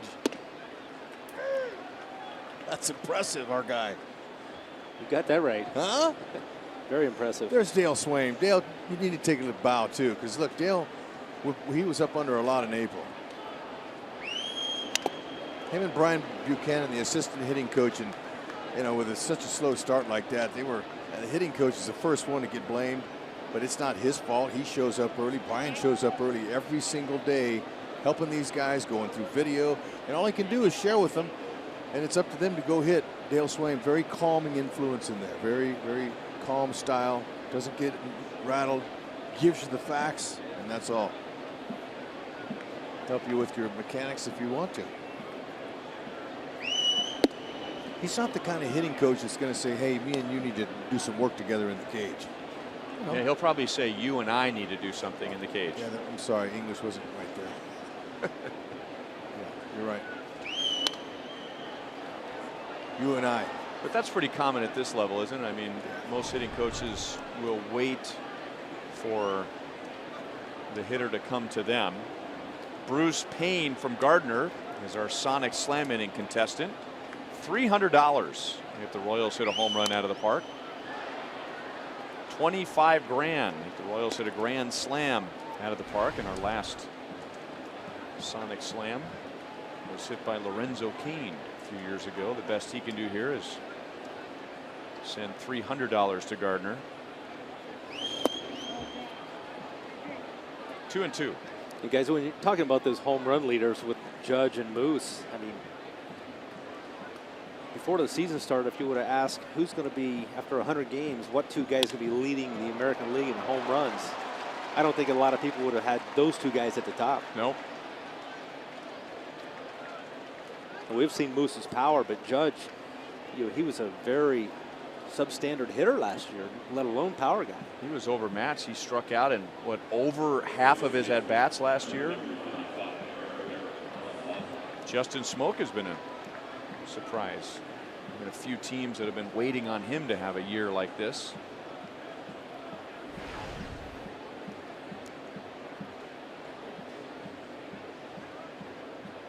Eric Hosmer helped set up the 3-run fourth inning with a single back in the fourth. He's 1 for 2. 123 hits for Eric Hosmer.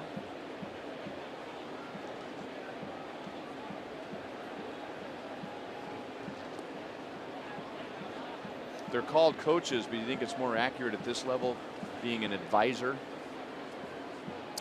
That's a good term. Just good word. Getting to your point, Hud, about Dale Swain does a lot of the research, and not that he doesn't coach, but at this level they're doing a lot of things right to get to the big leagues. But okay, here's what I think we need to do against this pitcher tonight, and they can either take the advice or not take the advice. Yep, they hold a meeting before each first game of the series, and then they'll on the TVs. They have a video of that night's starting pitcher on, so you can sit at your locker, put your stuff on, and watch the pitcher. Yeah, that continuous loop. Yeah, it just keeps running the same pitcher. And really, they had that even back in our days in the 90s and 80s and 90s. But now it's a lot more specific. It's a lot more detailed. You can get what he likes to throw in certain counts, but sometimes hitters don't want to know that because that becomes paralysis by analysis. You get up there and you get all locked up. Just want to see a couple of how his breaking ball looks. What's his move to first look like? Pedroia to Bogarts 1, over to Ramirez 2. And that is number 2 for Rick Porcello tonight. And now Salvador Perez with 2 down, nobody on. Our Ram drive of the game with 1 out in the second inning. Look at the head go down. Before the ball's even out of the ballpark, he knew it. He put his head down and just set his bat down and ran, because Sometimes you swing it, you know it's out. I just don't know how he got to that pitch. I know we're talking about that. It's a 3-iron, Monty. Wouldn't it? Went right down through it. Drop the head of that bat there. That's hitters will go back and go, hey, you dropped the head on that one. Yeah, and I'm not sure what iron it was, but certainly the sport of golf comes to mind because that's exactly what that swing looked like. Look at the head position right there. Look at that. That's beautiful. His head's right down on through it.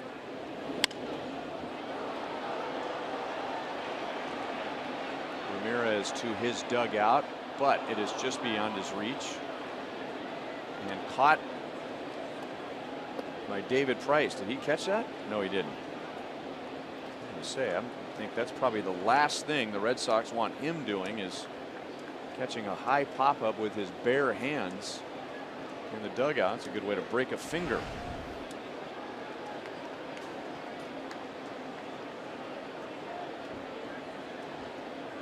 Oh, and 2.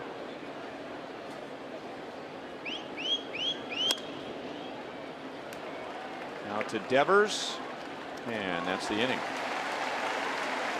5.5 at Fenway Park. Royals 4, Red Sox 1.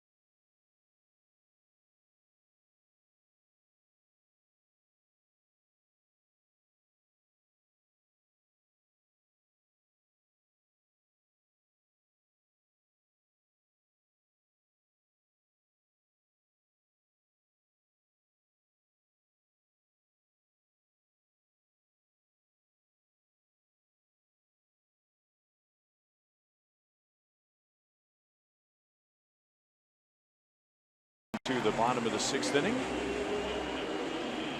Make sure to get your ticket for the first ever Healthcare Services Night at Kauffman Stadium. It's a theme ticket and comes with a limited edition Royals scrub top and a ticket to watch the Royals take on the Rays.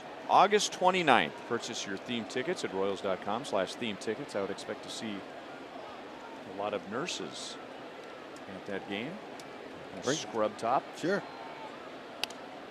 There you go, Hud. Nope. Just below us. Hanley Ramirez has grounded out to third and flied out to center field. Jason Vargas has given up 1 run, 5 hits in his first 5 innings. Mookie Betts, with 2 down in the 5th inning, drove in Rafael Devers. So that's the Boston run. The Royals have a solo home run from Salvador Perez and a 3-run home run from Mike Moustakas, his 30th of the year. The fastest in Royals history to 30 home runs. Mike Moustakas passing Gary Gaetti, Monty's teammate from 1995. That was a fun year just watching the challenge to maybe break Bonesy's record, his home run record. It's always nice when it kind of goes down to the wire. I don't think Moose is going to go down to the wire. 1 and 2.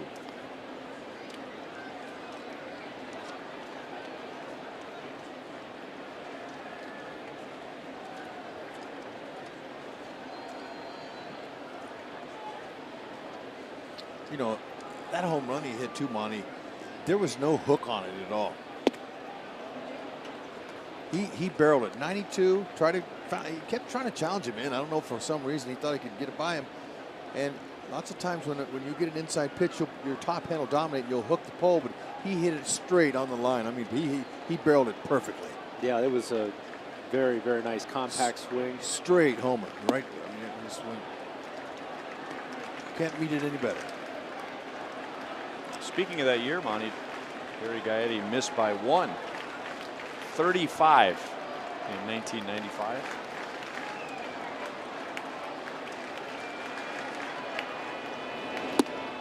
Changeup. Down goes Ramirez. So does his helmet. I know you've been waiting for the game break. Let's show it to you. We got to go out to Chicago. Ramirez, that guy, he's a heck of a ball player. 18th home run. You could play him anywhere. He's been playing a lot of third base for Cleveland, though. You can play him in left field, second base, shortstop. He's one heck of a player.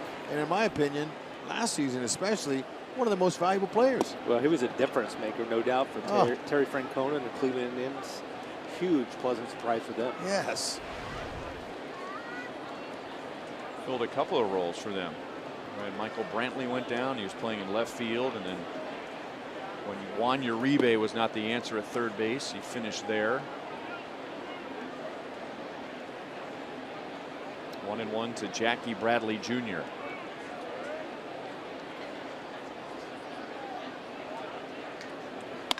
Ooh. Back to Vargas. It got him on the glove.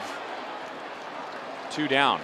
Look at how At calm. least it sounded like it got him on the glove. I mean, that guy, that was a missile. And he almost caught it. I think if he would have charged it, he would have caught it. Monty, look.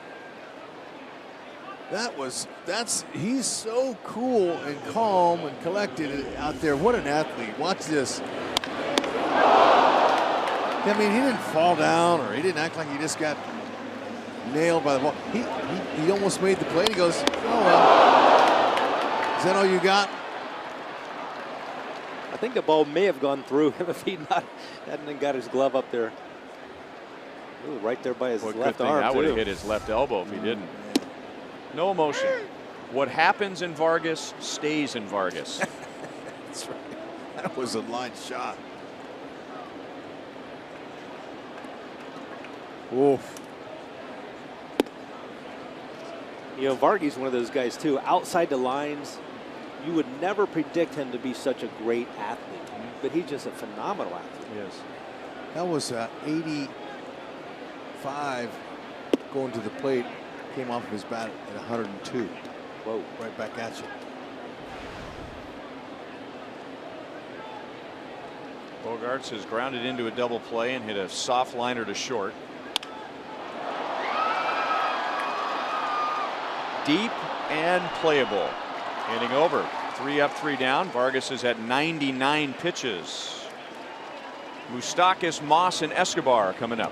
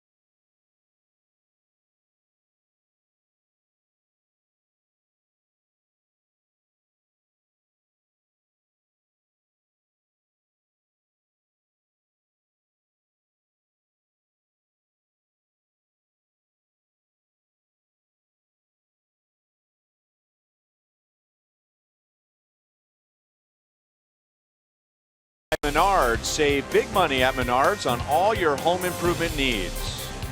By Dodge. Join the Brotherhood of Muscle at the Dodge Summer Clearance event going on now. And by Academy Sports and Outdoors. For all, for less.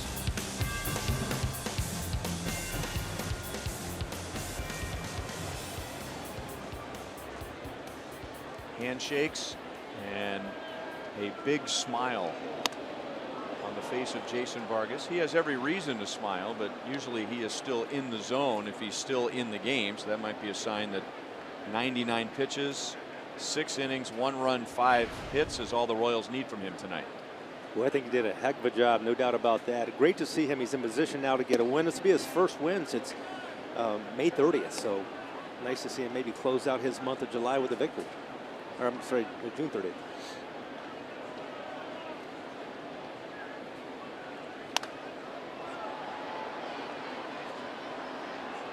One on Mike Moustakas.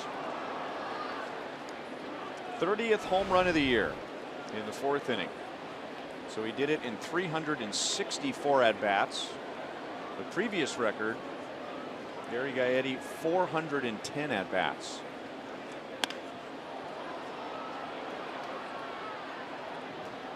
Chris Young in left field.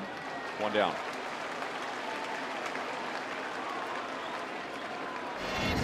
Go back and take a look at some of Vargy's action tonight here. He's just really kind of carving things up. Nice job. I think one thing he did really nice tonight, he stayed out of the middle part of the plate. He was up, he was down, he was in, he was out. And that's really the trademark of Jason Vargas, a guy that has the ability to really spot the ball to all parts of the strike zone.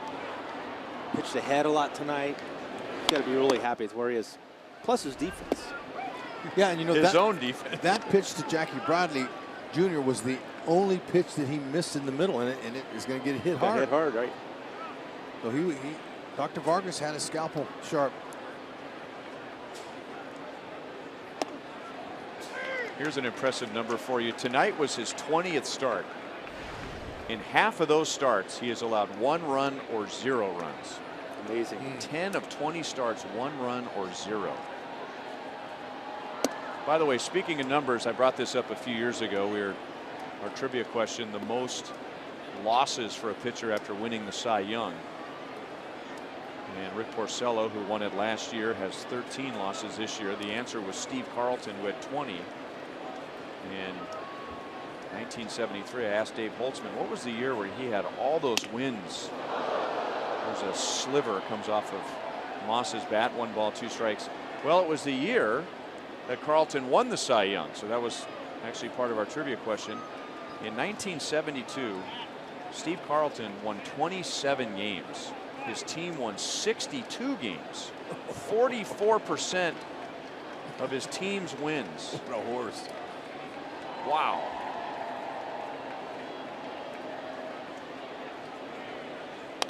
But the fact that his teammates going to the ballpark that day had a pretty good idea they were going to win. No doubt.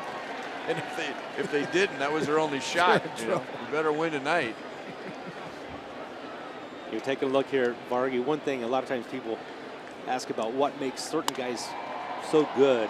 And one thing I think that makes Jason Vargas such an excellent pitcher, pitchers have the ability to throw balls when they want to throw balls, and they throw strikes when they want to throw strikes. He is really, really good at that.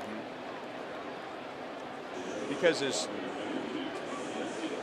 twisted as this sounds, a pitcher can throw too many strikes. You can be wild in the strike zone. Come on, throw strikes. You got to throw more strikes. Throw strikes. Well, yeah, but borrowing a term that HUD uses a lot, when you get a hitter in swing mode, right? Don't throw him a strike. Yeah, now up here, that's a whole different ball game. Throw him a strike. You're going to throw a quality strike. It's all right. A quality strike. There you go, HUD. Come on. Oh, man. Oh, that was the one. Yeah, we've gotten close. I told you this series we're going to get one up here. That was just above Steve Fiziak and Steve Stewart. Moylan and Minor getting ready for the bottom of the 7th inning. Red Sox have a right-hand batter, a left-hand batter, and a switch hitter coming up in the bottom of the 7th. Heskey hobbles out of the batter's box. 0 for 2 so far tonight.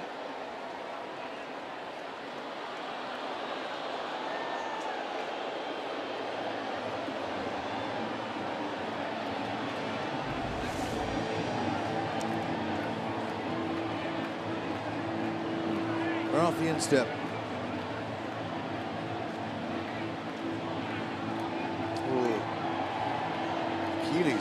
Achilles. Yeah. Heel. Ankle area.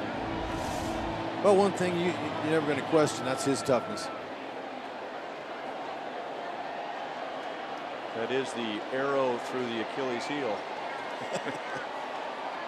Except it wasn't an arrow, it was a baseball coming in at about 100 miles an hour.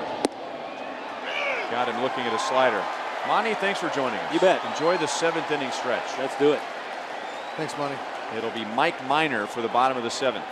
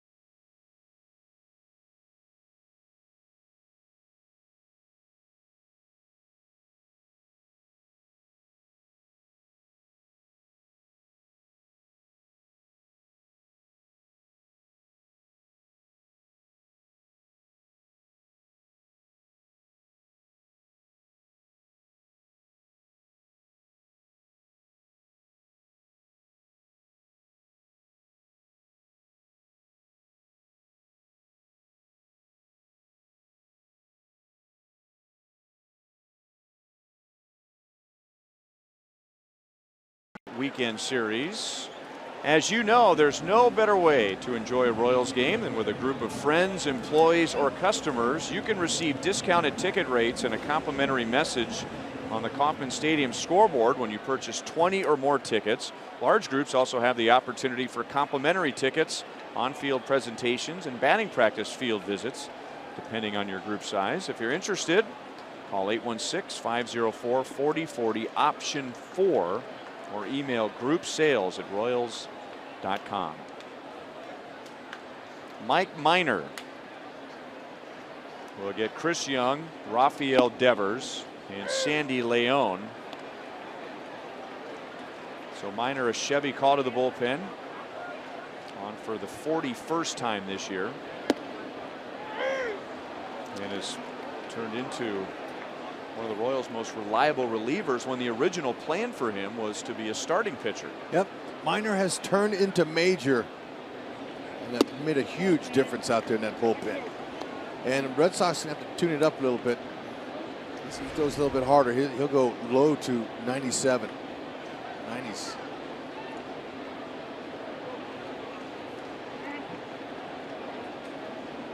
He has not pitched since Sunday.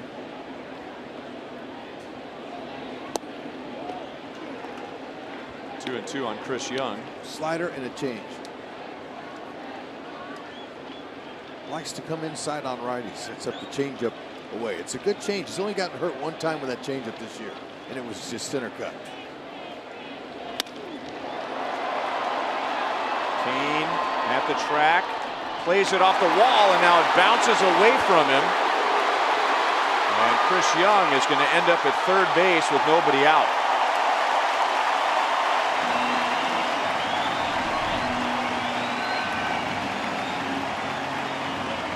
That's the tricky part of the wall out there for any center fielder. You have to pursue it because you think you might have a chance to catch it, but then at the last minute you realize that that's going to be off the wall over my head. Alex is there. Bonifacio had a longer way to go, and you can see where it kicks. That's able to get Young into third base.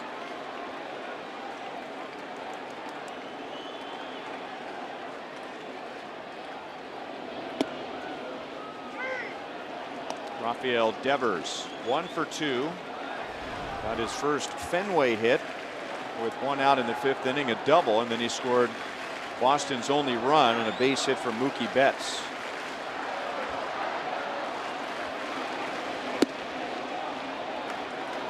One and one. Any kind of contact by Devers will score the run. I don't like to strike him out or pop him up.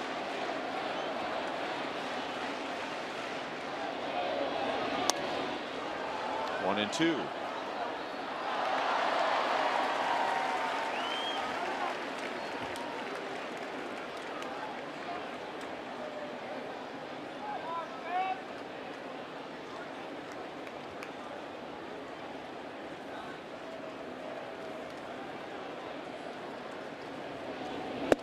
Got him. Fastball at 96. Runner at third, 1 out. Nice job. Now he's not comfortable throwing his changeup to lefty, so that facing a left-hander, that takes away one pitch from him. It's still slider, slider, slider. Up, surprise him with raising the eye level. Set him up nicely.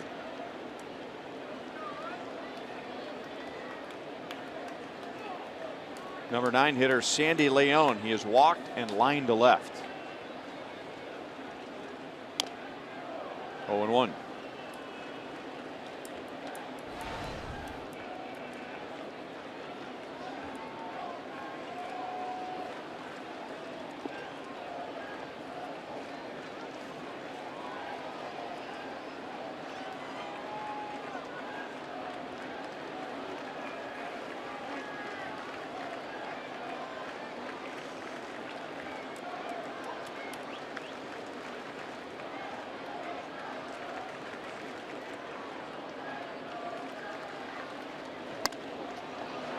That'll get the run home.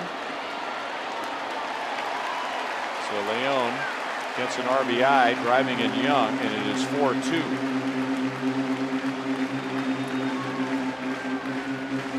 So that's the first earned run in a long time against the Royals bullpen. Entering tonight, going back to the end of June, lowest ERA, 4th fewest home runs, and now that streak of 30 1/3 consecutive innings without allowing an earned run comes to an end, but that's pretty good. 1 earned run in the last now 31 innings for the Royals bullpen. Oh, that's very impressive.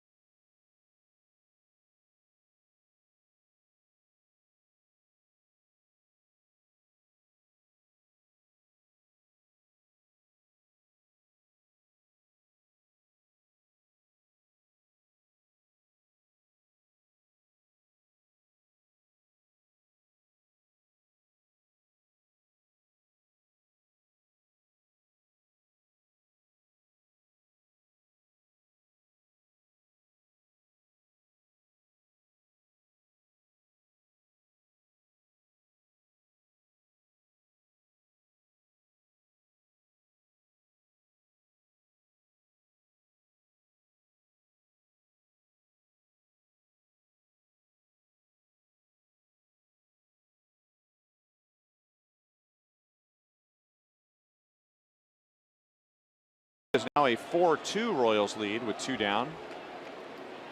Peter Moylan with some right-hand batters coming up. We'll get Mookie Betts with 2 down.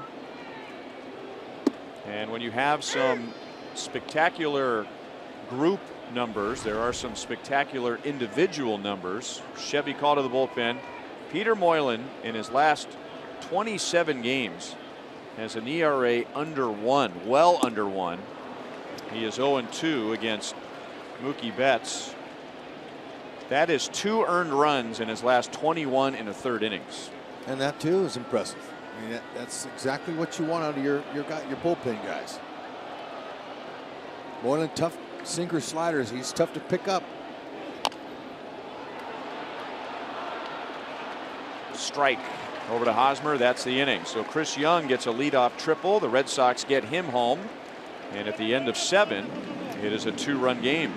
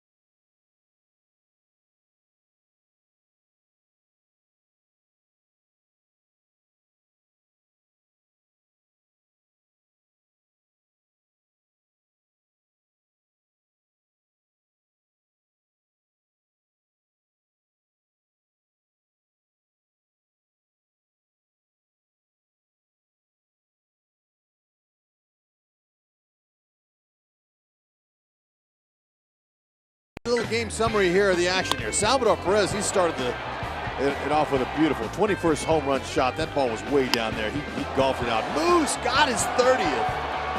Pretty impressive. And 69th ribby with that one swing. Gave the Royals a 4-0 lead. Here comes Mookie. Mookie, bottom of the 5th. Gets him on the board. Sandy Leon, he gets a little tapper here. And with a leadoff triple by Young, he was able to score him, and that's where we are right here. Hopefully the Royals can hold on to this one in game 1 of a 3-game series. Royals are into their bullpen, and now the Red Sox are into theirs. Brandon Workman will work the 8th, on for just the 9th time. They'll get Alex Gordon, Whit Merrifield, and Jorge Bonifacio. Breaking ball is high, ball 1.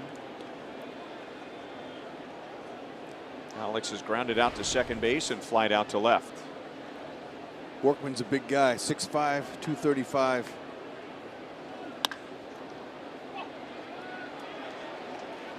Pedroia takes care of Alex for a 2nd time tonight, 1 down. The Royals in Fox Sports Kansas City are offering a unique way for fans across the Midwest to enjoy a game at Kauffman Stadium. The Raised Royal Fan Express. Next stop is Wichita, coming up on August 5th. Go to Royals.com/Fan Express for more information. Anyway, Workman, he's got a hard, heavy sinker, mid-90s. Little cutter. Whit Merrifield is 1 for 4. He's on with 1 out.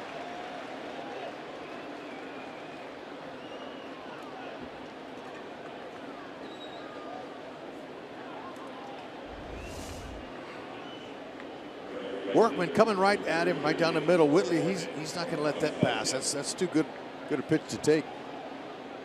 We'll see if he's going to be aggressive here with 1 out. Try to rip off his 17th base.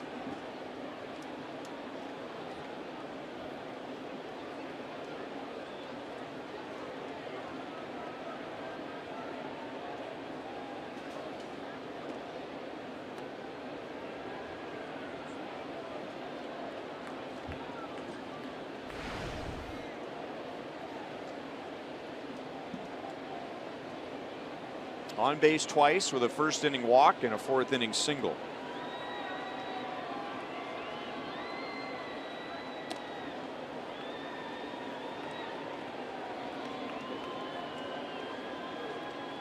Whitley, he's talking to Rusty over there about Workman's move.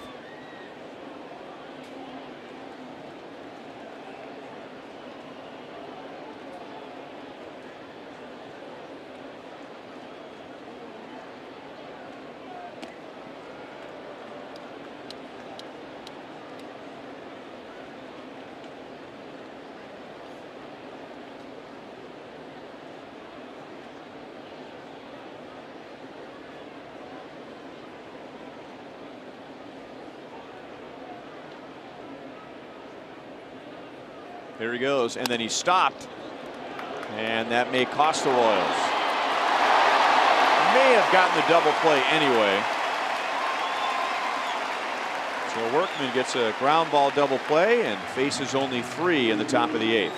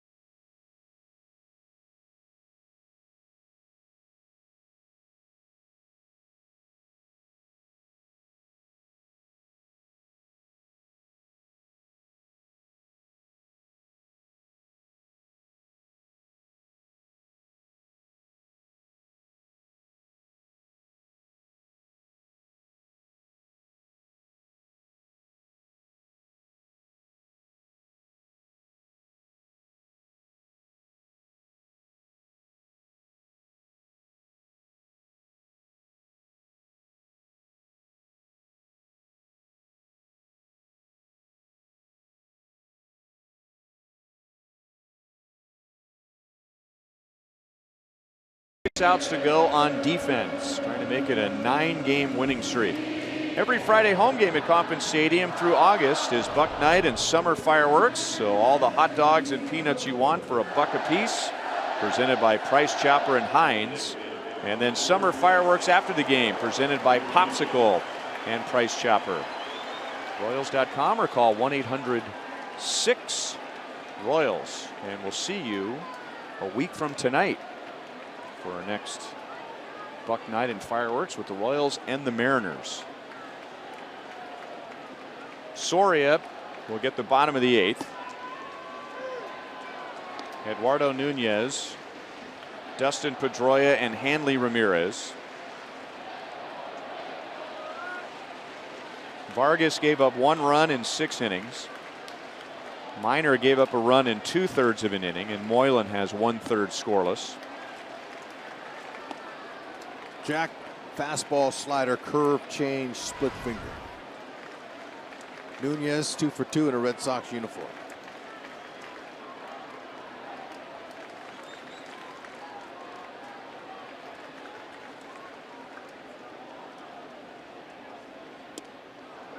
One and 2. I don't think he picked up that pitch. Nope, didn't see it. Red Sox really feel like they not only got a good player, but they got a good player at the right time. Nunez, for a Giants team that was really struggling, was hitting .353 in his last 42 games. He's got a consistent approach. Uses the whole field tough out. Very confident veteran.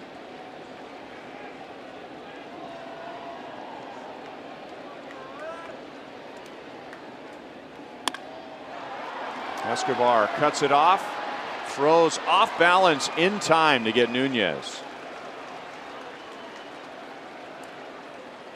Although I don't know if Escobar is really ever off balance. No. MLB.TV Premium, the #1 live streaming sports service, is back with better picture quality than ever before, allowing you to watch every out-of-market game live at home, in the office, or on the go. Blackout restrictions do apply. Visit MLB.com for details. MLB.TV for details. Dustin Pedroia with one out. He is 0 for 3. Hoping that Joaquin won't use that slow curve, because in this ballpark, a slow curve, if it's hanging, if it's up, it could be an easy homer. So just keep that ball down. Jack's done a great job of keeping it in the ballpark. There it is, but that's away.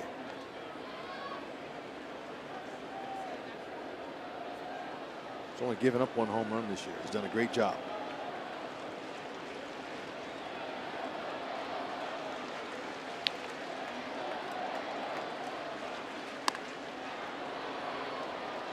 Nice play by the ball girl. And gave it to that little girl who says, heck yeah, I got a souvenir.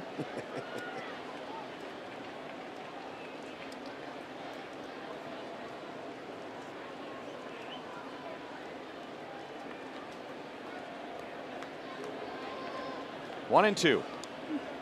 2 balls, 2 strikes.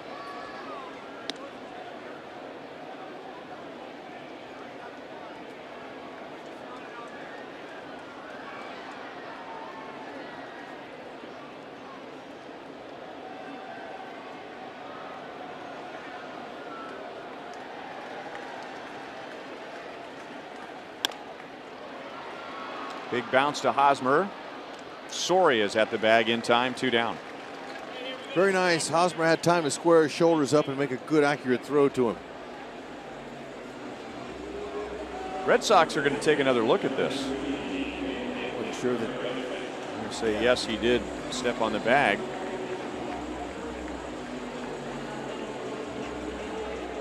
So 2 down, and now Hanley Ramirez. Okay, let's check it out. Jack was able to catch the corner, back corner. He even was looking there. Todd Tishner, our buddy from Garden City, Kansas, had a good spot there to see that Soria had touched the bag. Yeah, he did. Before the game, he had a bunch of Garden City folks there out on the field in front of the Royals dugout, hanging out. Got a chance to shake hands and meet some of them. Now he lives in Holcomb, just outside of Garden City on Highway 50. It is 0-2 on Hanley Ramirez. He is 0 for 3. Yeah, you know, and 88-year-old Chuck Anderson, he's at home watching with the gang at Lakeview Village in Lenexa. His son Dave's here. He said, hey, look, say hi to Gramps. Grandson Brad. They're all watching the Royals.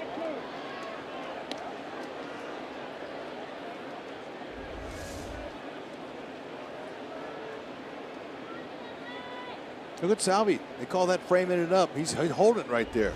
The home plate umpire, Bill Miller.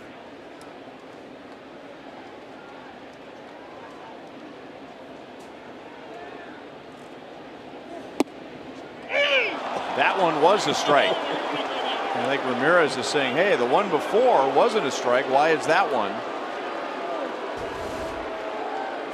And Bill Miller says, because I'm the umpire and you aren't. And you got to go.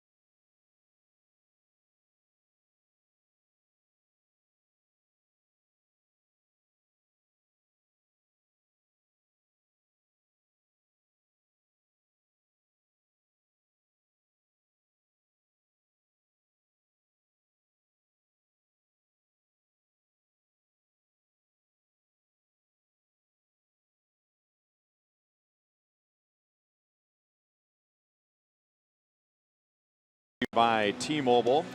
Nicholas Castellanos had 2 hits and no RBIs in the series with the Royals. Well, he had 2 hits, a home run, and 3 driven in against the Astros tonight. Masahiro Tanaka took a perfect game into the 6th and ended up giving up 1 run, 8 innings against Tampa Bay. And Adrian Beltre is 3 hits shy of 3,000 for his career. There were many, many laughs on the airplane Wednesday night when we started seeing the replay of Adrian Beltre moving the on-deck circle in that game with the Marlins and ended up getting thrown out by Jerry Davis. That was classic. I've never seen that before. I'll probably never see it again. Yeah, not being there, we don't know what all happened, but you can't throw him out like that.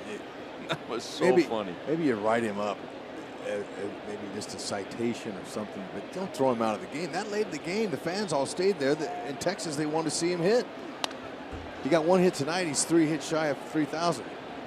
So he threw the star of the game out.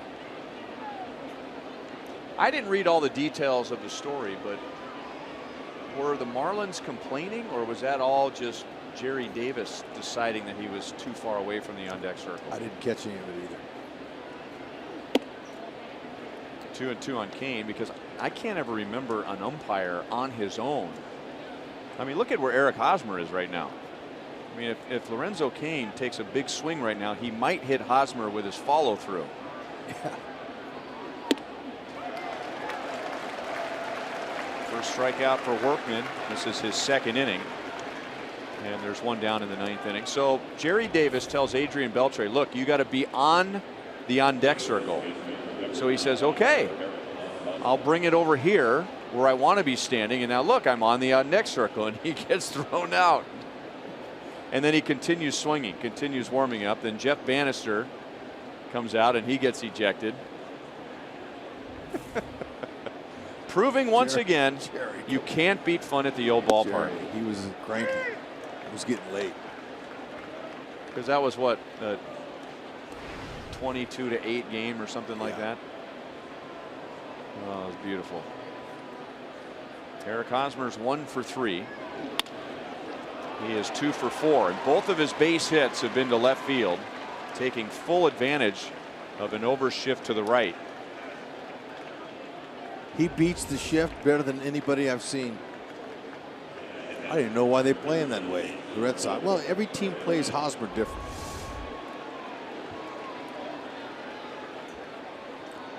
Based on their own projections.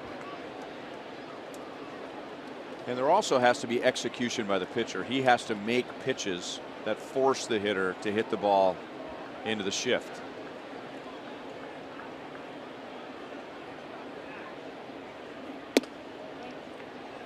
Upstairs to Salvador Perez. 21 home runs for Salvi. He took Rick Porcello deep in the 2nd inning.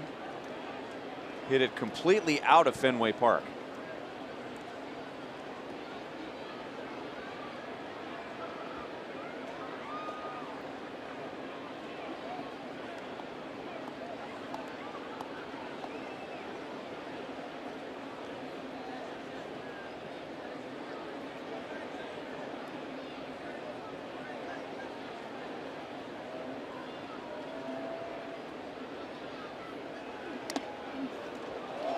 Of Leon's knee and caught by Mike Moustakas.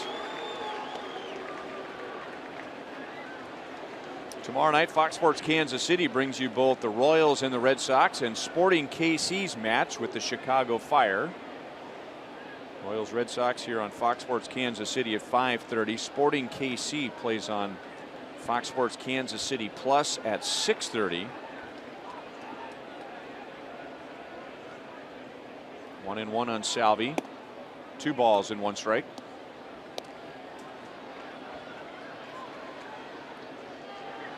Workman's sinker slider. That's more like a cutter.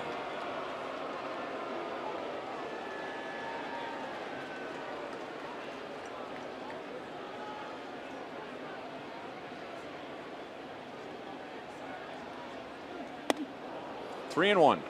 He's up with everything.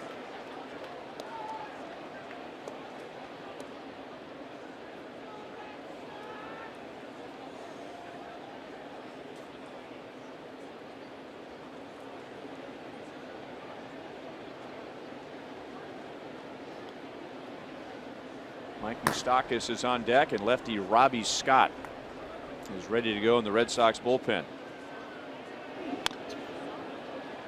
3-2.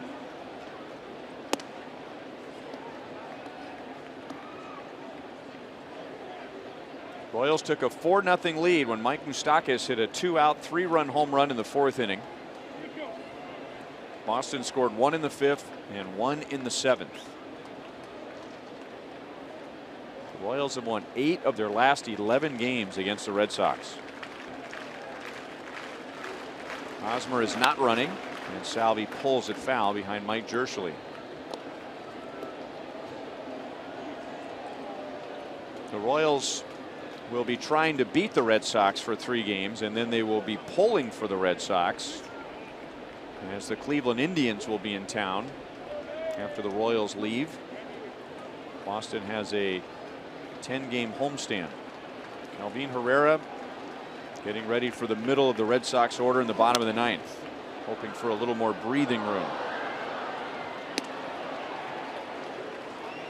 The Royals, the Indians, and the White Sox will be here at Fenway Park.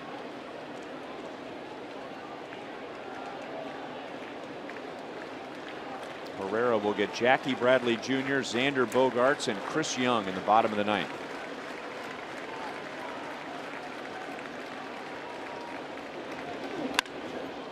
Just foul outside of third. If you're a fan sitting down there in those boxes, better watch your lips.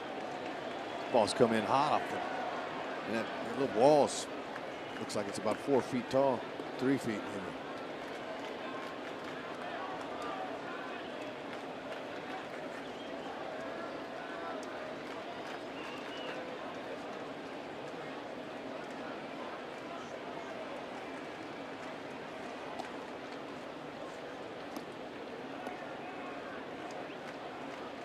This will be pitch number 9 from Brandon Workman to Salvador Perez.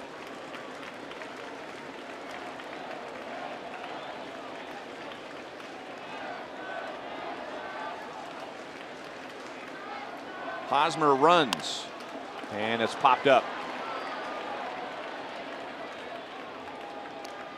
2 down. And John Farrell pops out of the first base dugout.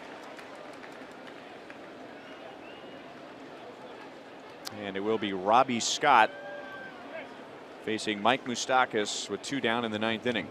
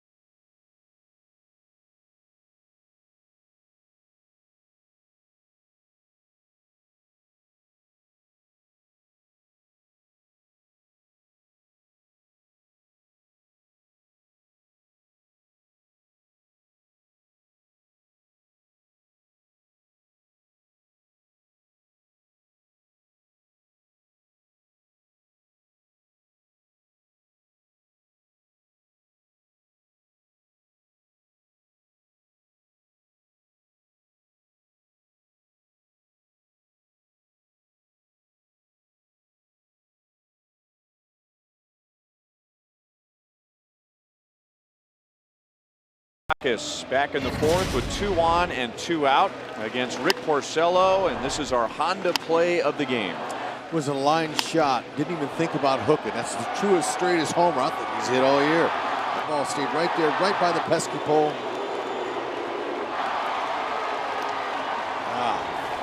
Nice 3-run homer. Robbie Scott's been tough this year. Just a 190 opponent average, ERA 3.75.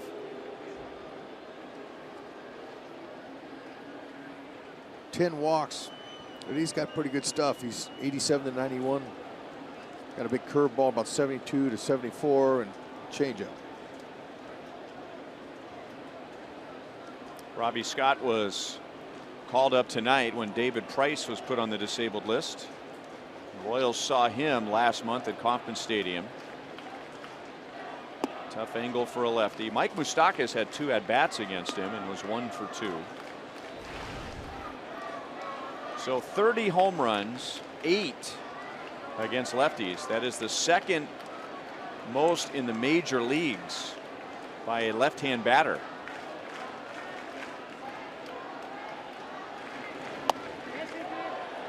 He went around, 1 ball, 1 strike. Only Anthony Rizzo of the Cubs has more home runs as a lefty against a lefty than Mike Moustakas. So he hangs in there.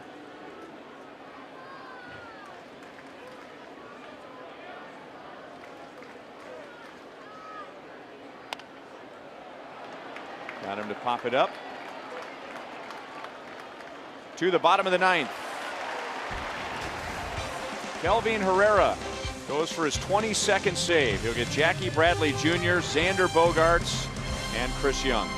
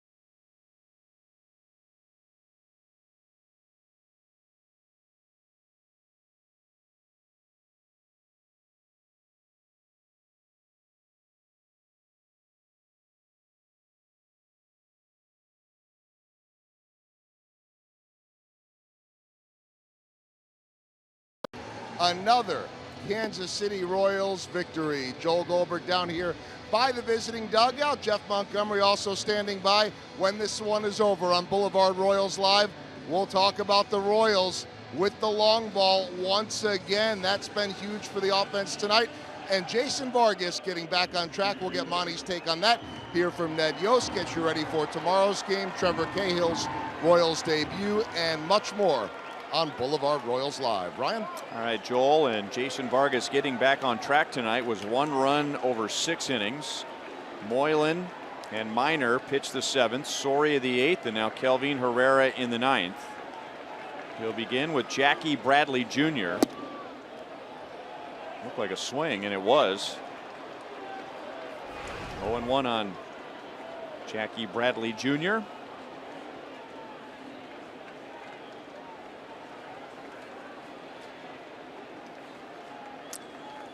They all know Herrera possesses an upper 90s fastball, upper 80s changeup, occasional sliders. 0-2. There's the slider.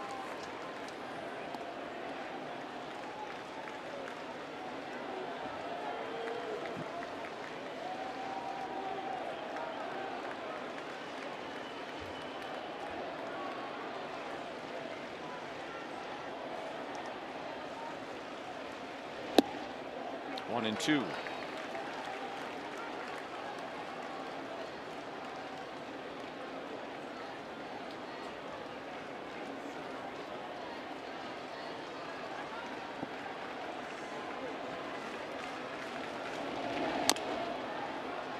That's foul up the first base side.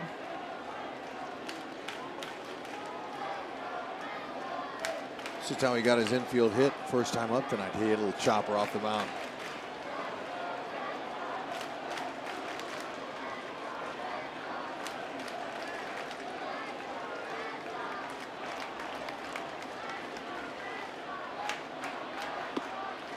Two and two. Other games that matter to these two teams. The Yankees have beaten Tampa Bay. So a loss tonight could cost the Red Sox first place.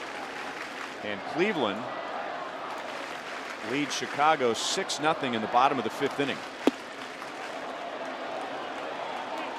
That time he did not go around. And the count goes from 0-2 to 3-2. Come in there.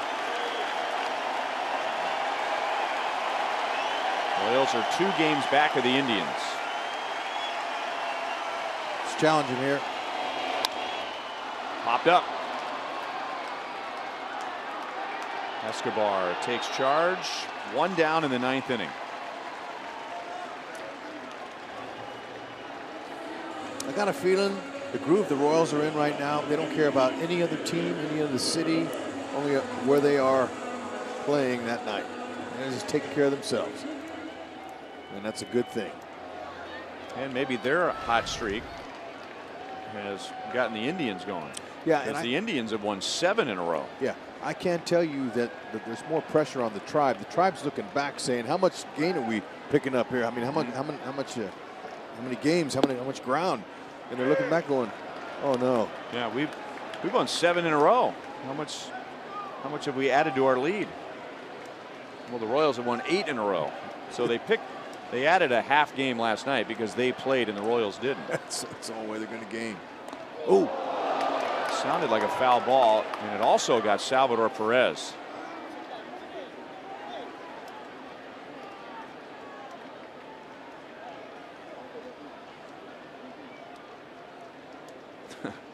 That's Salvi. Xander Bogaerts wants to see if he's all right, and Salvi wants to make sure Bogaerts is all right. Yep, it hit the bat and then an area where there is no protection at all. Hit him on the hip.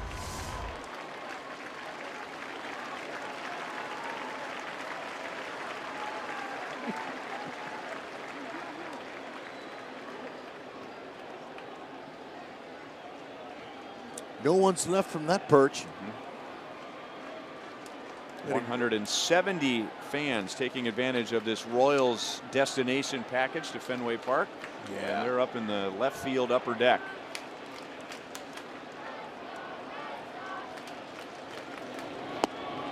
Over the outside, 2 down.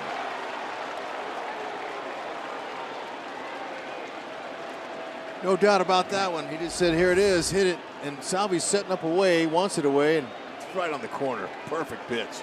Hit 99. Paint. And Bogaerts, you got to go. A very, very rare hitless game for Bogaerts against the Royals. Andrew Benintendi is going to bat with 2 down. Pinch hitting for Chris Young. 0 for 6 off the bench. It's not easy coming in to face the opponent's closer. That might be the most hittable pitch he's going to see. A changeup at 90 that was up.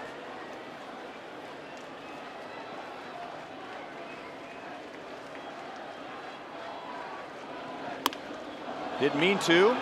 Herrera lets it go. And Benintendi is on with 2 down.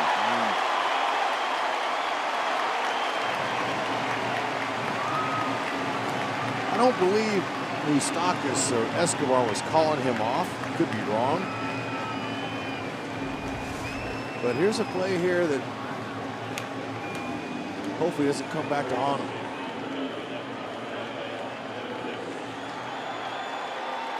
Did he have a shot at it? I think he did. Yeah, I think he did. He just didn't trust himself.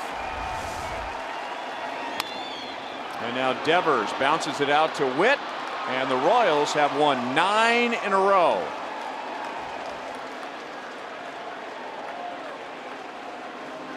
It is their first 9-game winning streak since August of last year. And now the Royals are 7 games above 500. El Toro! Olé! Keep it up. Stay hot. 2 more.